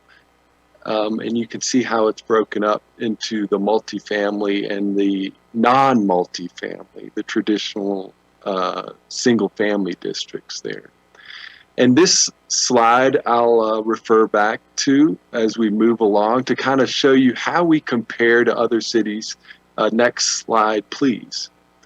So this is a national issue. This as you know, it's coming up in the news. We hear about it all the time, about housing affordability and how it's really affecting every area of the country, big cities, small western towns. I mean, it really is just a prevailing issue right now that we're excited to be working on, and excited that you guys are taking the bull by the horns, so to speak. But this chart was basically, these numbers are derived from a recent New York Times article that show some of the cities in the country that have the highest percentage of their residential land that's allotted only for single family. So you can see in California and San Jose, almost all of their residential land only allows for single family. And you can go down the list here. Sandy Springs, that's a suburb outside of Atlanta, but some of these at the top, these localities are really facing a big issue that needs to be addressed in providing more housing choices, that middle missing housing. And you can see where Laramie falls here. As I mentioned, I refer back to the previous slide, only 51% of our land, of our residential land, is only, 48% only allows for the single family. So you can see that there. Next slide, please. So tonight, the second part of the presentation, kind of laying the framework here, I'd like to go over a few solutions as well as recommendations for you all to consider and to guide us in the direction to go. And here, I have a little color ramp associated with the next couple of slides where we'll be presenting recommendations. And there are kind of low-hanging fruit solutions, such as the dimensional standards, which you all just recently passed for the multifamily zoning districts. And we have recommendations for those. But then as you go down the list to say accessible, the ADUs, accessible dwelling units, and then upzoning, which is basically what some localities have done in the country, where they've done away with single family zoning. I don't think we are in the same boat as those localities as far as the housing crunch and non-developable land, but we'll get to that. And the color ramp is basically to show the timing, the complexity, and how difficult it would be to implement these solutions being recommended here. Next slide, please. So number one, we just want to give a recommendation as far as the setbacks in the single family zoning districts. Decreasing setback requirements would allow for more usable building space on the lot.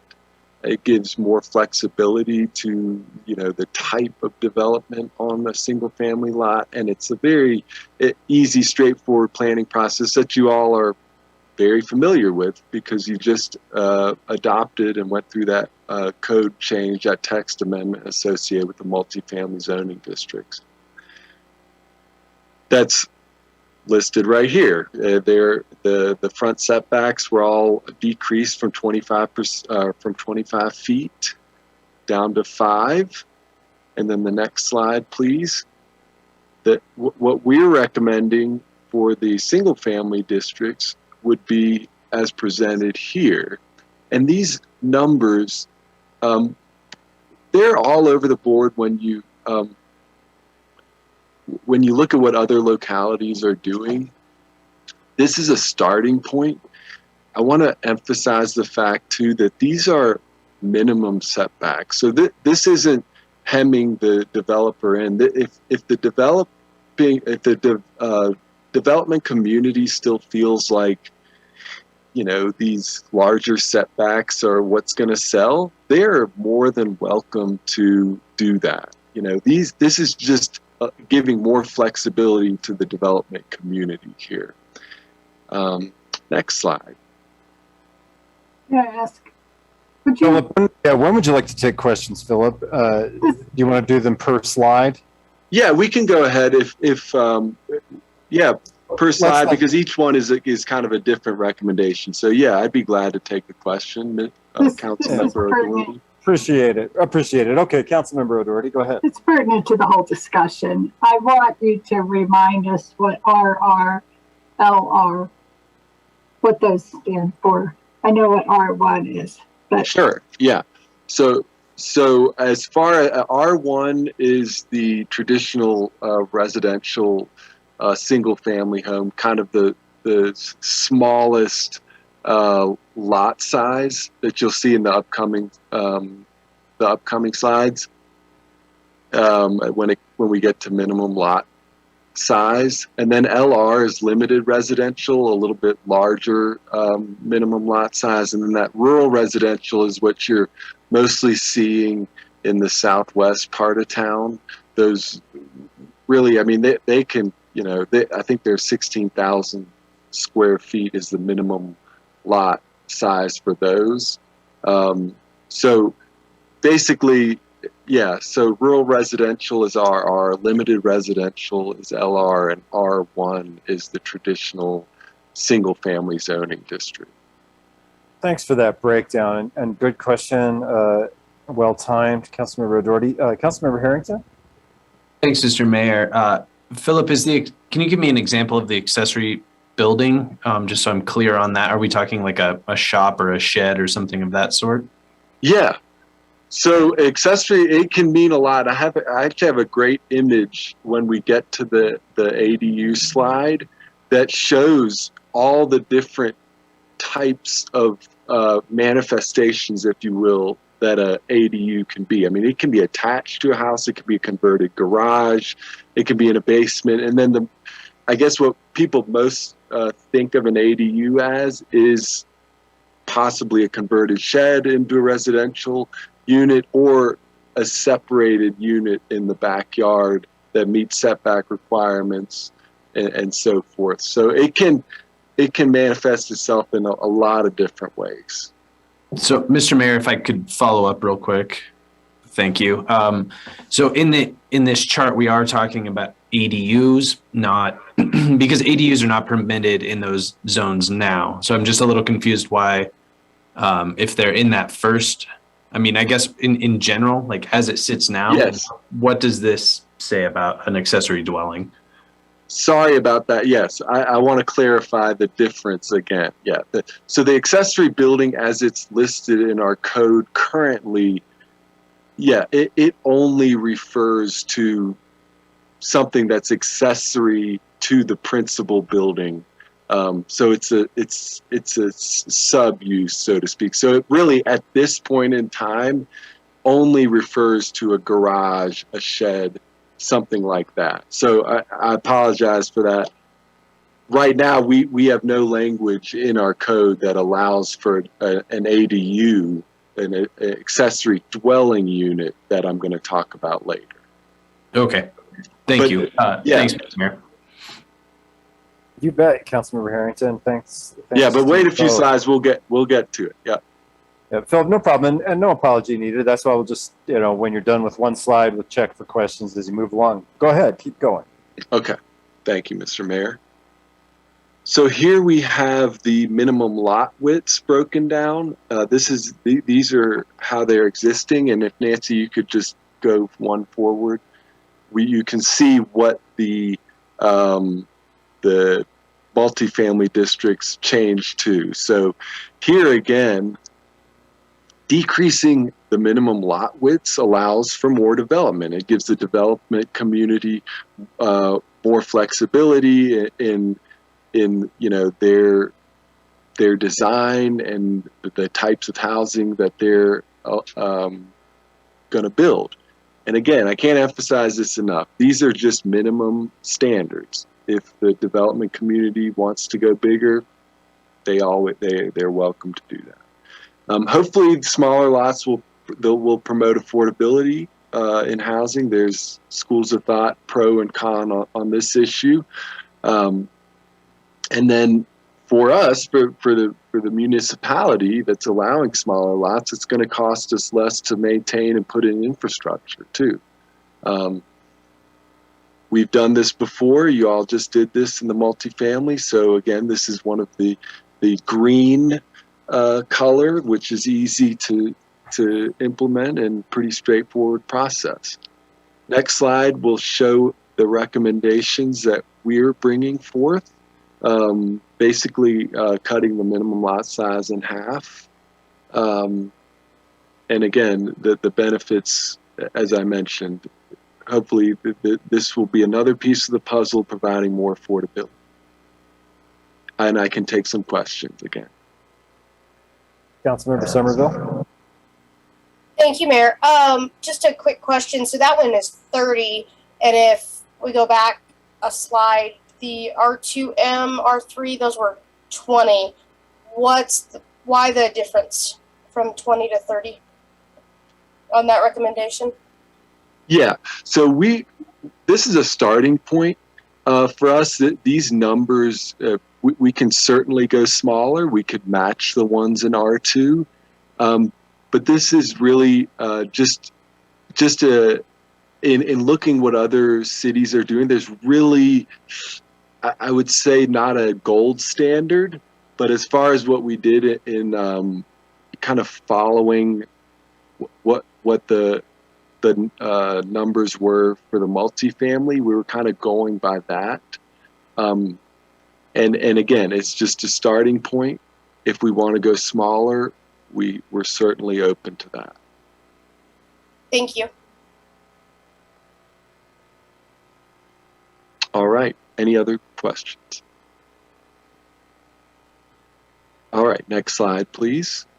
And here we'll get to the minimum lot size. As I mentioned, this is also very much along the lines of lot widths as far as allowing more development more efficient use of land, more houses right now. And if you could just hit the front arrow, please. You can see what the minimum lot widths changed in the multifamily there. And then if you go to the next slide, you can see our recommendation for the single family zoning districts. And again, I just feel like this is such an important point that I keep re-emphasizing, is that truly this is, if you will, a win-win for the development community, because they still get to decide what size lots they want to break a subdivision up into. You know, we are giving another option here by allowing for basically half the size. And with this change in particular, you may see some immediate change in the RR, in the rural residential district, especially there in the southwest part of town, being able to be split and have added houses, added developable land there. Any questions on minimum lot sizes? All right, next slide, please. So here we'll talk a little bit about the current residential design standards for single-family detached homes as they're presented in code currently. So right now we have code that requires developers to put 4 different facades on developments containing 20 or more single-family homes. There's, as you know, a garage requirement where all single-family dwellings in the limited residential and the R1 districts need to have a garage. There's materials requirements as far as what the exterior of the buildings in the single-family districts can look like, and then there's the landscaping requirement, you know, which requires basically 2 trees and 75% living ground cover, or there's also this escaping option. I just wanted to give everyone a brief overview again and a refresher on what's required. It's a very, it's not a very onerous code, I would say, as compared to other communities. So if you go to the next slide, Nancy, please. You can see the only one we really thought that would have a big change in the design standards section of our code would be to eliminate the garage requirement, which of course would decrease the building costs and allow for more usable building space and hopefully be just one more arrow in the quiver of increasing affordability. This would also be a pretty straightforward code change that we could really bring forward pretty quick. Are there any questions on the design standards? All right, next slide, please. So here we have that image that I was talking about, which describes what an accessible dwelling unit can actually look like. It can be a detached unit, which could be a separate unit in your backyard. It could be an attached unit, which could even be a converted garage or a covered deck that you make into a unit. It can be in the house. It can be in the basement. It can be above the garage. It can be the garage converted. So it's not just a shed converted in the backyard. There's lots of different ways that an ADU can look. So the reason that there is the kind of green light, yellow light, and red light on these is because if council wishes to go in the direction of examining ADUs and the possibility of including it into our code, then the level of the level in which you want to do that is going to determine how much time and how complex it's going to be. These recommendations, these bullet points here, are all kind of requirements that other localities have put into place when forming conditions and code specifically related to ADUs. So if you could only allow one ADU per property. There are parking requirements for ADUs, which would basically, the parking requirements right now, as you all are aware, require in the multifamily one parking spot per unit. So something similar would probably have to be looked at if we were to include ADUs into our code. Require a minimum size of the principal structure. So only houses that are a certain size would be allowed to accommodate an ADU on the property.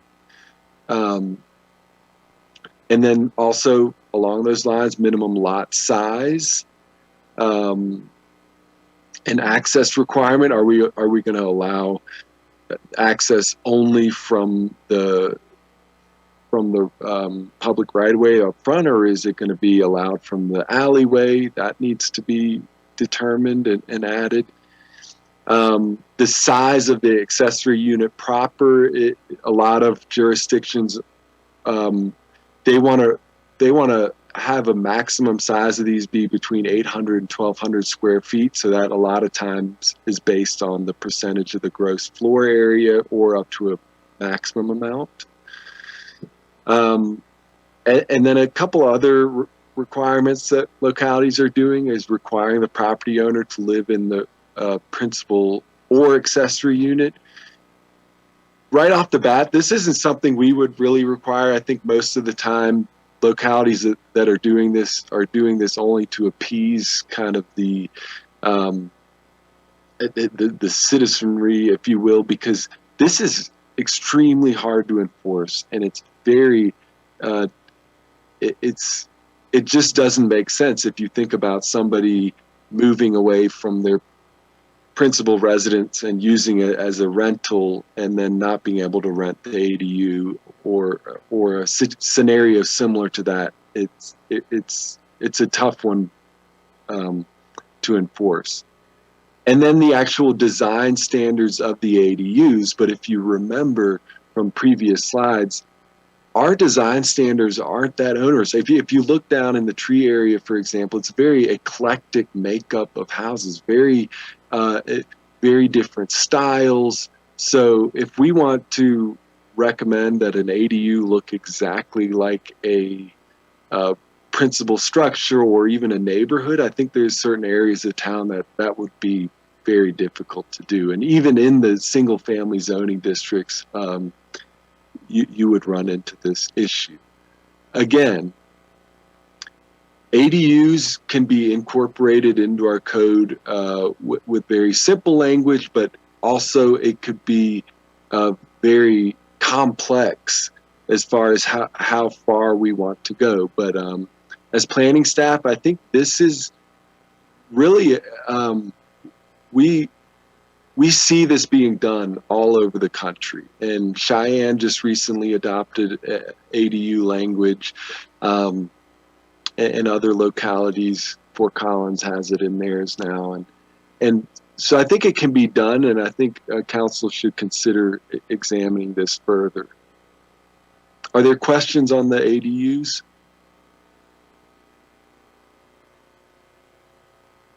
Okay, next slide, please. And so here you have the one, well, there's actually a slide after this too that has the red kind of cautionary color here, because as you may well know, this wave of ending single family zoning has happened in small towns such as Walla Walla and Olympia in Washington. It's happened at the state level in California, and it's happened at the bigger city level in Minneapolis.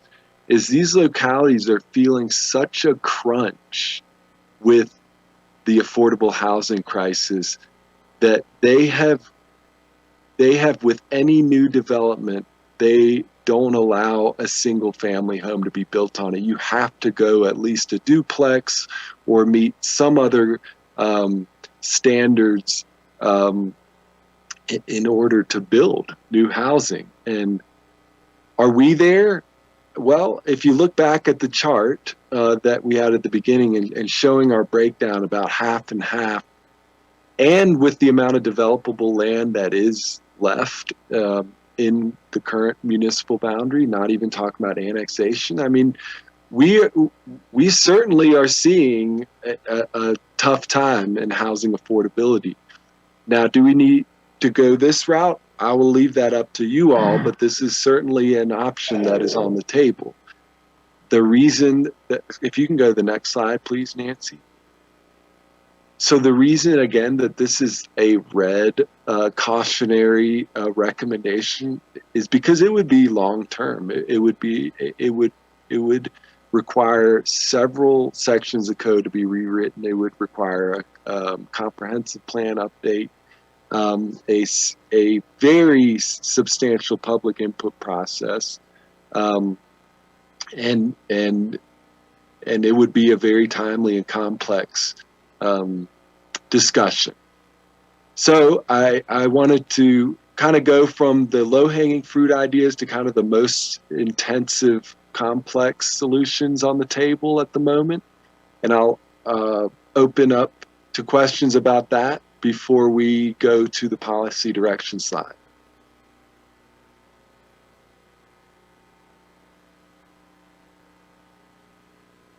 Well, let's go to Councilor Harrington, and then I'll just go in order. Thanks, Mr. Mayor. Philip, what would you rate on this green, yellow, red scale, which I, as a visual person, can surely appreciate? The idea of maybe not abolishing or upzoning a single family zone, but simply permitting multifamily as an option, not as a requirement for all zones. Sure, and I think you're still going to run into a very complex planning process, simply because this is unprecedented, allowing multifamily. It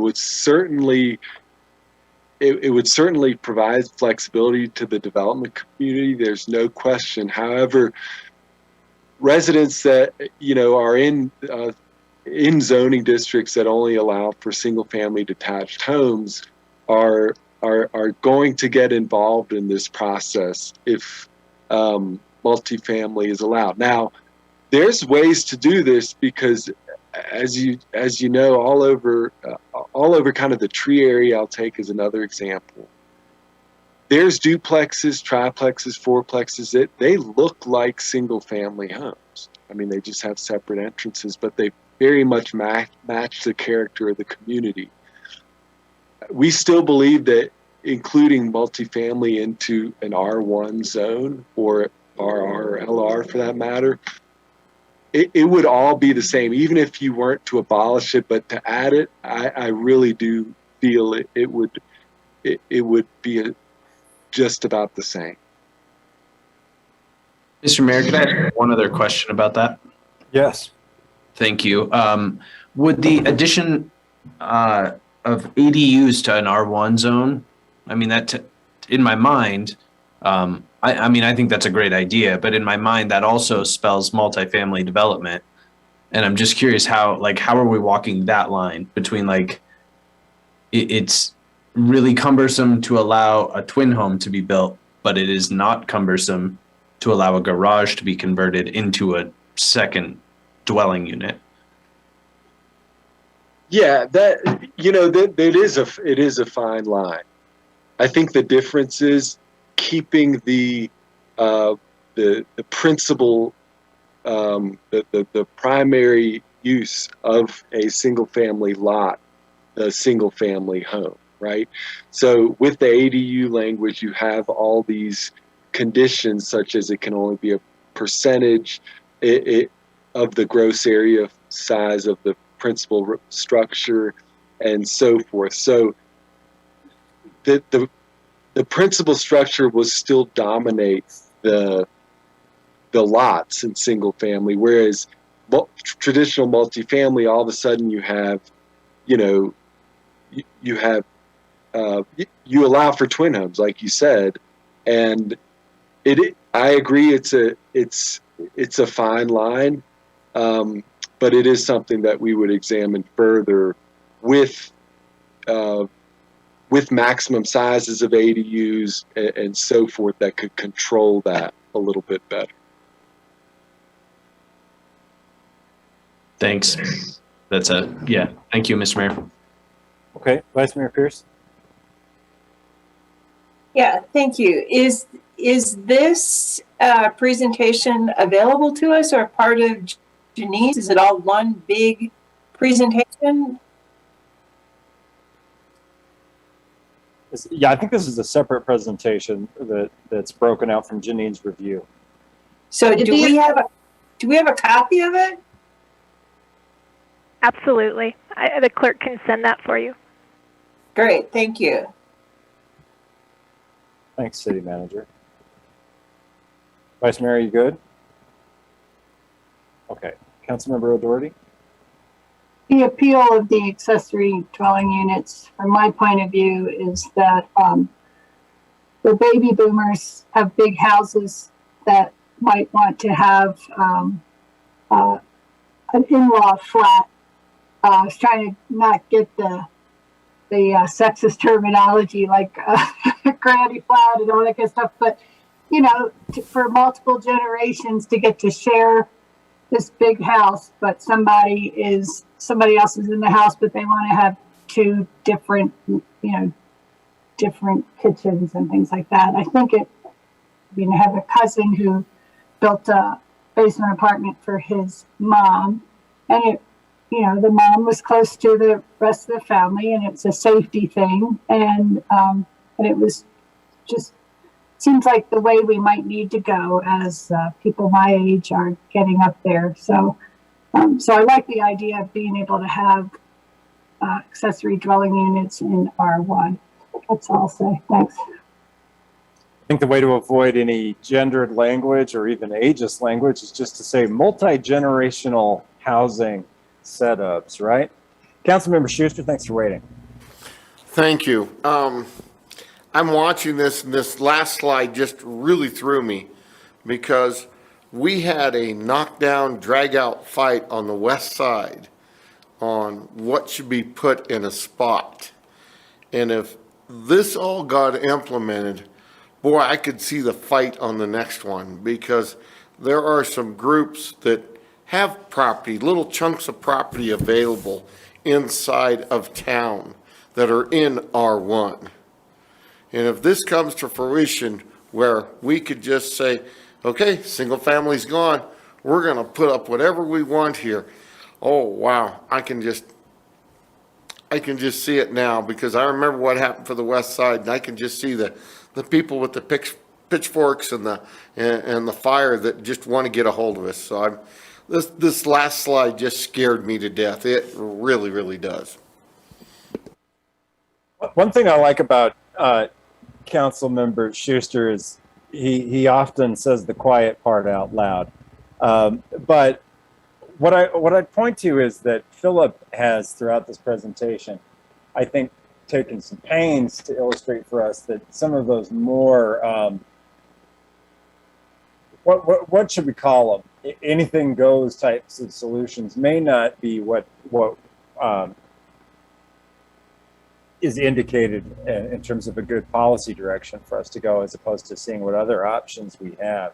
So I take that comment very seriously, Councilor Schuster, but at the same time, I would note that throughout the presentation, the communities that seem to have adopted those types of changes have done so because they've set themselves up for it through policy choices that were made decades ago. And it just doesn't seem like we're there in terms of the percentages of the land use. So I think that point's well made, but Let's see if we have some other questions. I have one if nobody's ready. Philip, I'd like to ask you this question. You touched on it earlier in the presentation, and well, I didn't like what I heard, and it's not your fault, but it was an allusion to the fact that we don't really know if some of these changes that we've discussed tonight that you presented us with are really going to help us with development of affordable housing, which is our number one policy goal here. So my question I have for you, to the extent that you can answer it, is do folks that work in planning have metrics or examples of policy choices they can point to that have had that tangible effect of increasing the supply of affordable housing at the price points that things like our housing study and some of our economic development studies have shown us and told us are what people want or what people need? Is that information out there to help inform policy choices in a real concrete way, or are things so individual and so nuanced that it's really difficult to say, and you just have to see if you get the results that you need?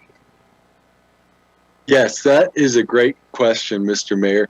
And as the Assistant City Manager referenced to earlier, we, planning staff as well as Todd, we sat in on a housing roundtable last week that discussed all the different things communities are doing, and that the city manager in her presentation earlier alluded to as well, and in other solutions. You know, what I presented, what we brought forth tonight is just one piece of the puzzle. You know, as far as the city getting involved in pre-development costs and actually serving as the developer, serving in the role as a developer themselves, these are all certainly viable options that communities are implementing right now. As far as metrics goes, I think there is no silver bullet. If anything came out of last week's roundtable, it was that point reiterated that I've heard at council meetings over and over, is that, you know, there's no silver bullet. There's so many issues right now, COVID, the supply chain issues, even natural disasters that have slowed construction, you know, that was already slow and was already not keeping up with demand. You know, and I think I can't reiterate the fact that inaction is also an action, right? So if we don't do anything, then that will lead to change too. And will that lead to the community being, you know, a retirement location or something of that nature? Will there be people to work at restaurants and coffee shops? I mean, these are questions that not only Laramie is dealing with, but is really a big issue. So I'm not sure at this point in time, since it is such a complex issue, that there is one thing that a community is doing that's solving this problem. I think it's what you all are doing is taking action and taking community input and staying involved and proactive in the community so that, you know, they're not surprised by these conversations. So I know that's a lot of hopefully not hot air, but it really is something that we could look into deeper as you all provide us with direction and which way we should go. Certainly looking at what other communities and the results that they've seen. Just quickly, again, I don't want to take up too much of council's time, but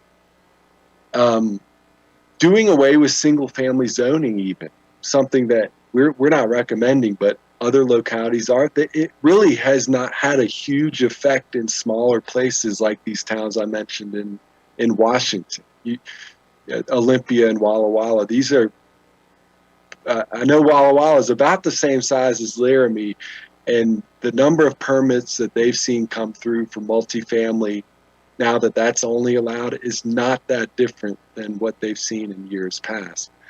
But is that because is that because of the development community, or is that because of these supply chain issues, COVID, and other things that they have no control over? It's a really tough nut to crack, but I think taking action is the way to go.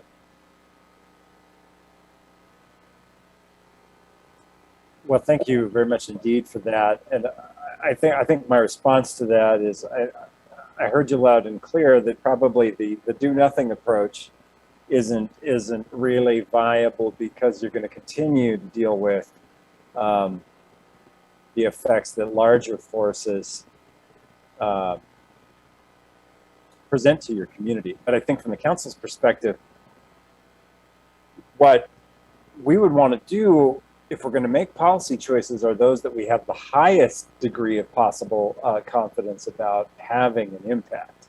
And I heard you speak to that, and it's difficult to pin down what those are, but I think we need this discussion to focus in that direction. And I think I've also heard you loud and clear that perhaps some of the more, for lack of a better word, traumatic policy choices that could be made aren't necessarily advisable, because there doesn't seem to be good data to back up whether or not they solve the issues. So at least we can start there, and then build on that by then saying, okay, well, what are the things, given our local market circumstances and economic circumstances, that might be most likely, as opposed to those that have demonstrably not been solving the problem that other communities have done. I think, at least that gives us a starting place. Other questions right now on this extremely difficult and complex topic? Let me just tack on this. What we have seen in the housing study and other economic development assessments that I referenced earlier, and that have been referenced earlier this evening as well, it gets always back to this issue of this missing middle housing. We seem to have housing coming on at a certain level, apartments, fourplexes, duplexes, and things like that being developed at one price point, which usually seem to be folded into the rental market pretty quickly. And then we have larger footprint homes that are usually $200,000, $250,000 outside of what our assessments have told us are being asked for or being looked for. And what we're not getting is a lot of the starter homes, the $200,000 to $225,000 homes available. And what's so frustrating about that is it seems like there really isn't a good, solid way for the city in terms of policy choices to say, okay, we'll do these things, and that will likely increase the availability of those or attract developers into the community that want to build those houses at that type of price point. But we know that's what people are looking for. But it seems like we kind of have the deck stacked against us for a variety of reasons. The cost of materials, the availability of the skilled workers to actually build homes, and then the scarcity factors driving the market and the availability of properties. If you go to a popular real estate website right now and you take a look at homes that are available in a certain price range in Laramie, I think you'll find some disturbing results. And that's the kind of problem that we're faced with. So I think we're eager to try to make some policy choices and, as you say, do some things. But I think we're eager to try to find those things that can be targeted towards real results, as I know the planning department is as well. But it does seem to be a very difficult problem. Derek, I see you've turned on a camera. Maybe you'd like to weigh in here. Go ahead.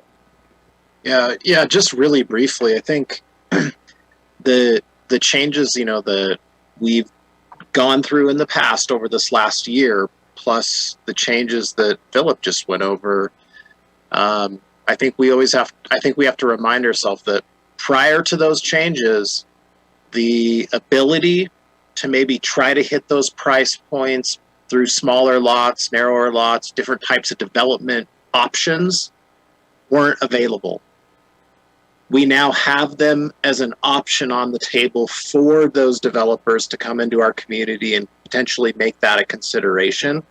When before they were limited, they didn't have all the tools in the toolbox, so to speak, to be able to maybe maximize that ability to do that. And so, you know, now we're kind of going to be at this point, maybe after these R1 changes, is we're as a community opening that door now, making it inviting to those developers who maybe want to develop in that price point or that type of housing that we're missing. And that we now have to see, were the changes enough to actually drive that, or do we revisit this? You know, I mean, that's part of our process is we're gonna monitor this. We're gonna have to see, you know, do we start seeing more housing permits? Do we start seeing permits for houses that are smaller or on narrower lots? Do we get a subdivision of small lot housing? And as we track that, we then will have to come back to this council and say, yes, we're seeing results, or no, we're not seeing results. And that's where I think we then start talking about different options and ways in which we modify the changes we've already made to keep trying to push us in that direction. But as a community, this is the first time we've had serious discussions over the last 2 to 3 years about housing. And so as a community, we're actually taking those first steps. And now it's time to see, did we make the right changes? Are we making, you know, we moving the needle in the right direction like we've talked about? So that's kind of just all I wanted to touch on. So. No, I appreciate that kind of top level assessment. I think the takeaway here that the planners are making for us, both Derek and Philip are making for us, is that really the thing to do is to be willing to try some things and create that environment that might attract what we're looking for, or what we're told people are looking for, and see if it produces results, as opposed to the let's just see if it unfolds the way we'd like it to. I would say, Derek, I don't think it's only been in the last couple of years we've talked about this, but I think it's only been in the last couple of years we've really focused up on, okay, so let's implement some policy choices here. I think we've talked about it and then tried to be very deliberate and careful about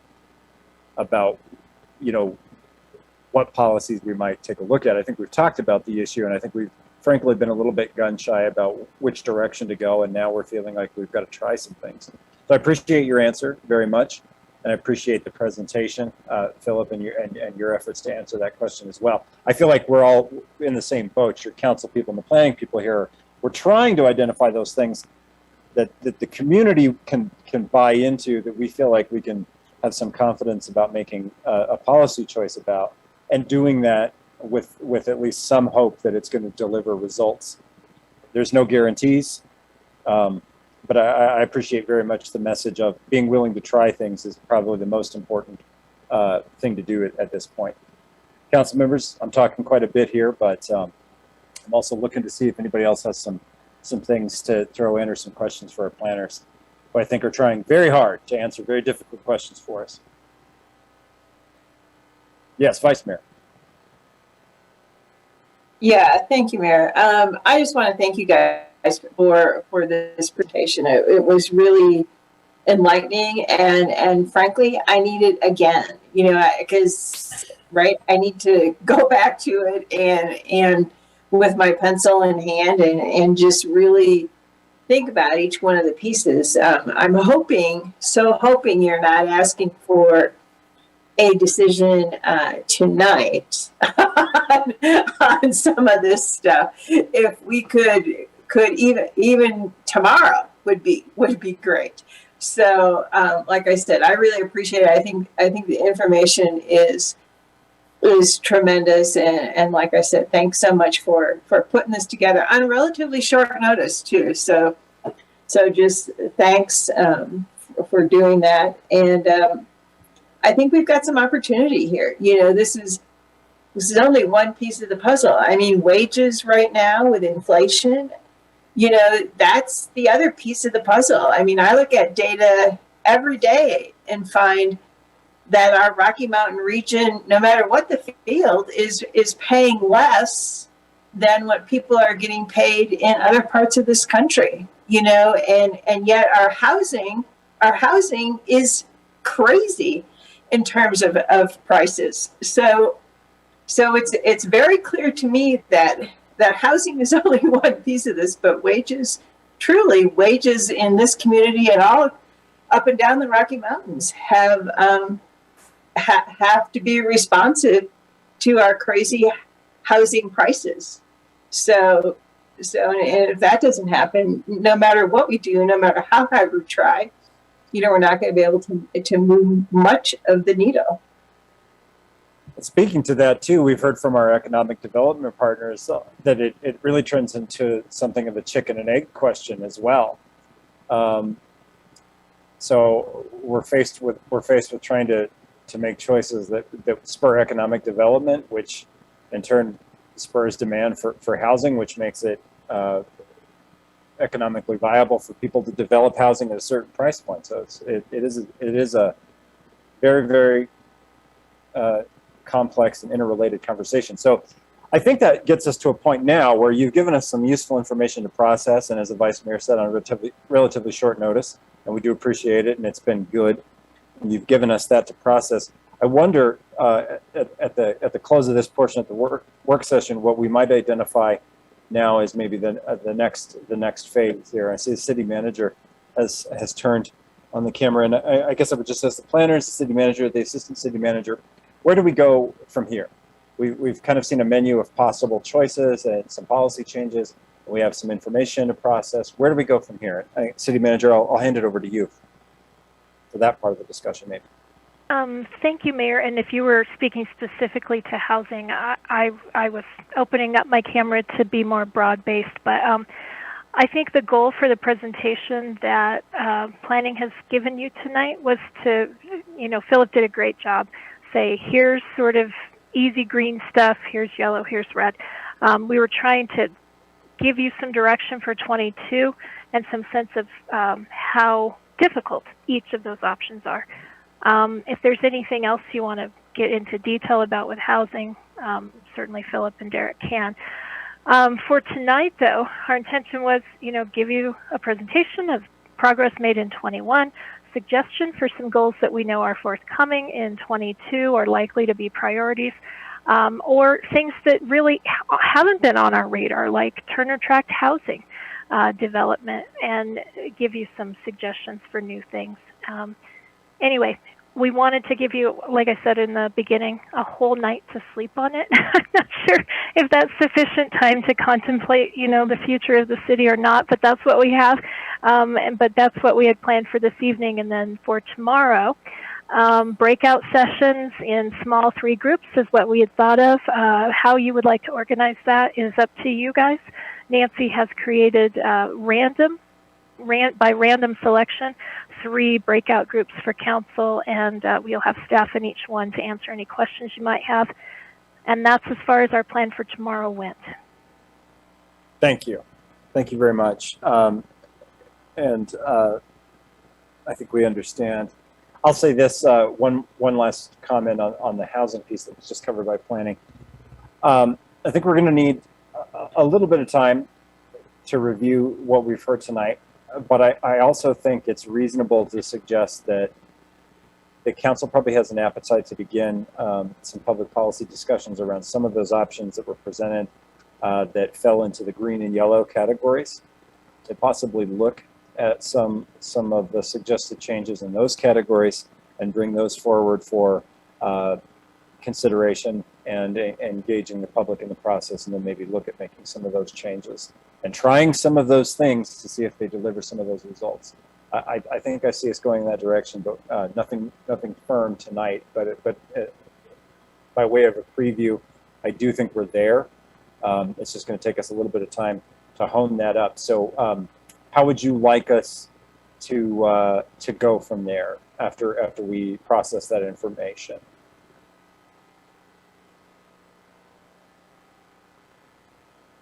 Mayor, is that directed to me? Anybody that wants to take it.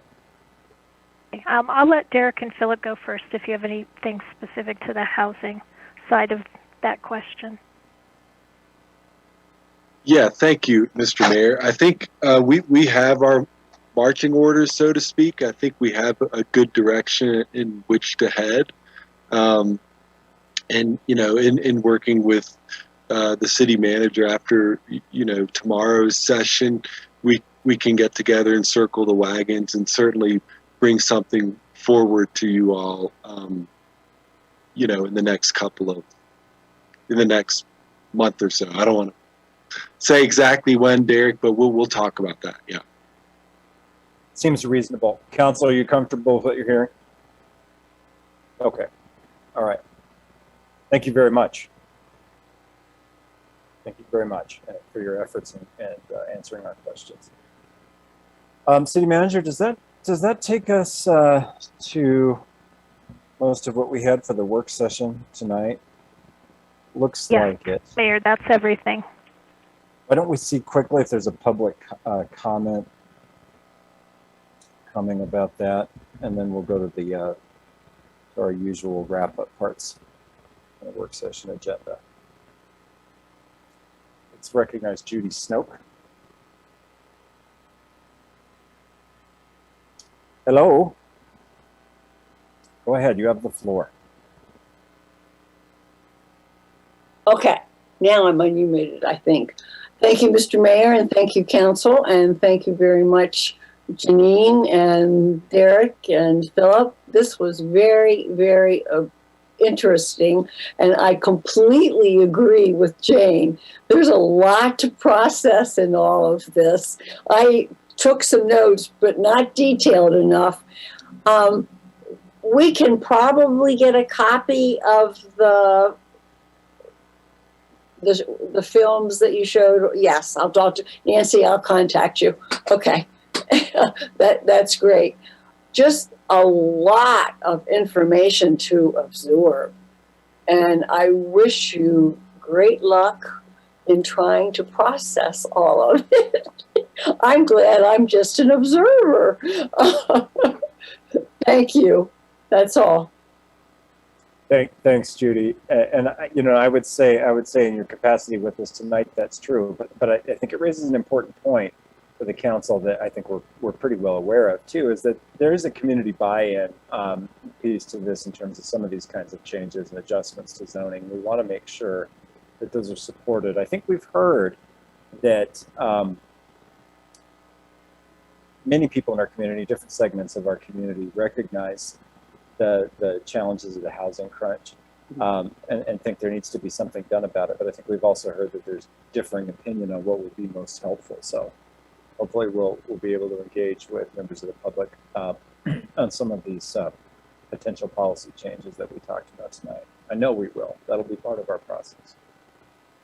Okay, let's just check and see if we have further public comment. All right. Council, why don't we quickly go through any updates or other comments that you might have. Yep, Councilmember Gabriel. And I'll just Thanks, Mayor. Attended the Tourism Board meeting last week, and the lodging tax receipts are coming in very well. They're very optimistic about the season, the winter season so far. And if the council approves, we'll have a 7-member board as of February 1st with Sarah Brown Matthews. Also wanted to share that the Tourism Board won a regional award. Can't remember the exact name of it, but anyway, they won a regional award for their newly constructed website, which was completed last spring. And it's very nice. They went through a lot of process to get it done, and they were awarded kind of out of the blue. They had no idea it was even entered in any competition, and so they were quite pleased with that. And we're just happy to have a full board for the tourism. That is all I have. Thank you, Councilmember Gabriel, and congratulations on getting that board out and filled up. And it's great to hear about that website award. Councilmember O'Doherty, I see you've got a hand up. Traffic Safety Commission, we had interviews with 3 candidates. Councilor Pierce and I interviewed those, so they'll be on your next agenda. to approve, and then we'll have almost full traffic safety commission if they're approved. And Okay. the EAC meets beginning of next month. Thanks. Great, thank you. Councilmember Harrington? Thanks, Mayor. The group that is sort of the sort of subcommittee from Main Street that's working on the YO Theater met at the end of last week.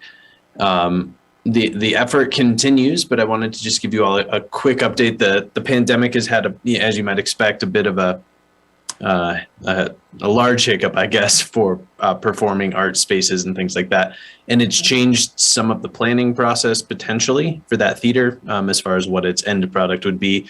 But that conversation continues, and they're really just focused on fundraising at this point, and trying to get at least to a point, I guess, initially that it could be up to code and open.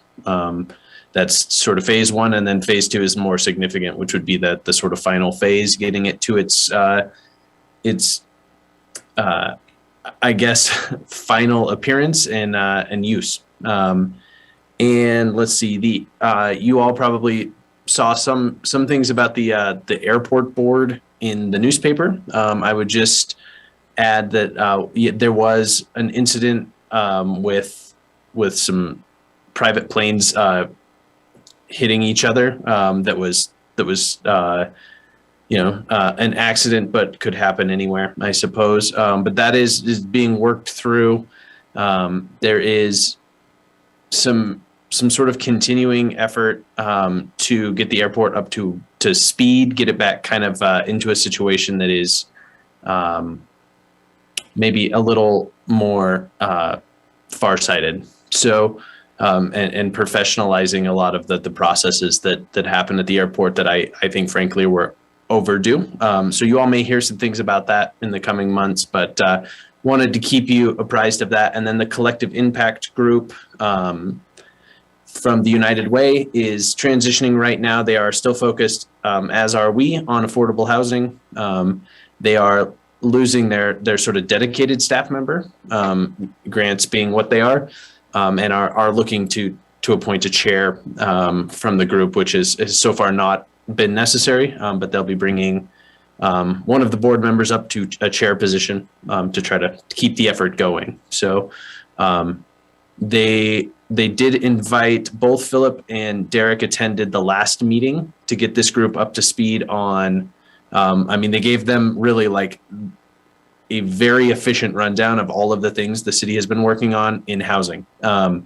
So that this group, and left them with piles of homework, really. Like if this group wants to get up, they have a lot of reading to do. So, I think that was appreciated by the group to have Derek and Philip both there to really help them be up to speed on the things the city is working on, and has been, in a longer term sense, so that the efforts of this group aren't duplicating some other effort or, not aimed at the same direction. They won't specifically work with the city on this. They're really looking community wide and sort of in any avenue they can to address the affordable housing crisis in Laramie. But I have continued to tell them that the city council will always be happy to hear from them. So that's what I have, Mr. Mayor. Thanks.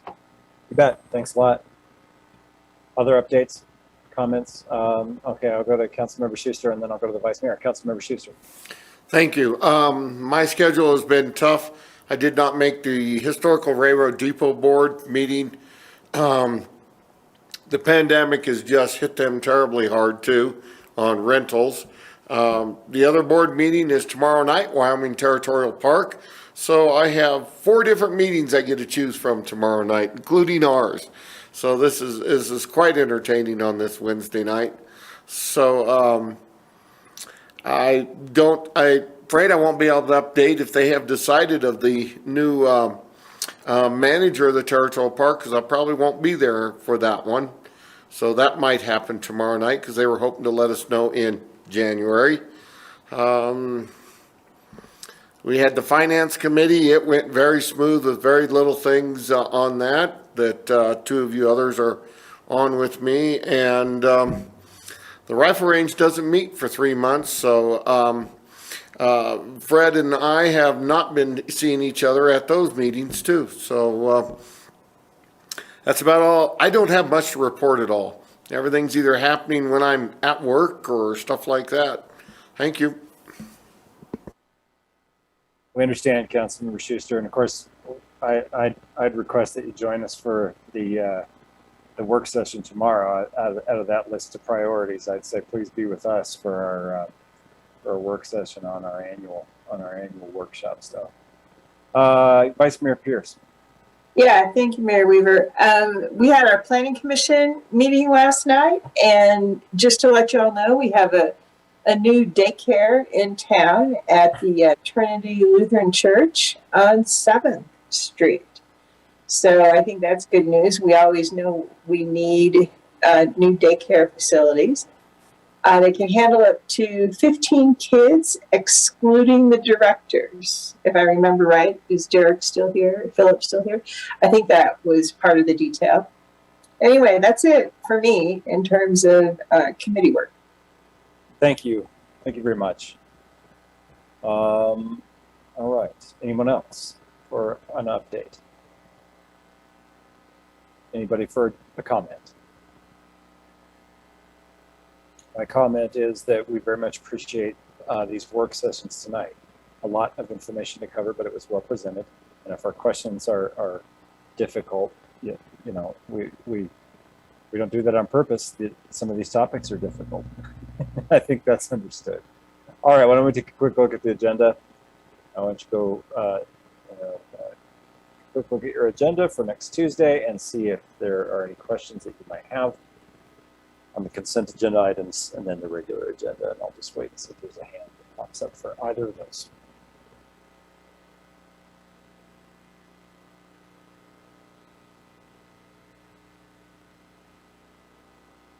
At the agenda review meeting, the Vice Mayor and I, neither of us flagged anything outside of what I thought we would be able to handle on regular business. Go ahead, Councilmember O'Doherty. I don't see traffic commission. Is it too soon, City Clerk, or is there time to get that on the agenda for the traffic commission members? I believe Cindy Williams said she was going to put it on the 15th for us. Okay, thank you. You're welcome.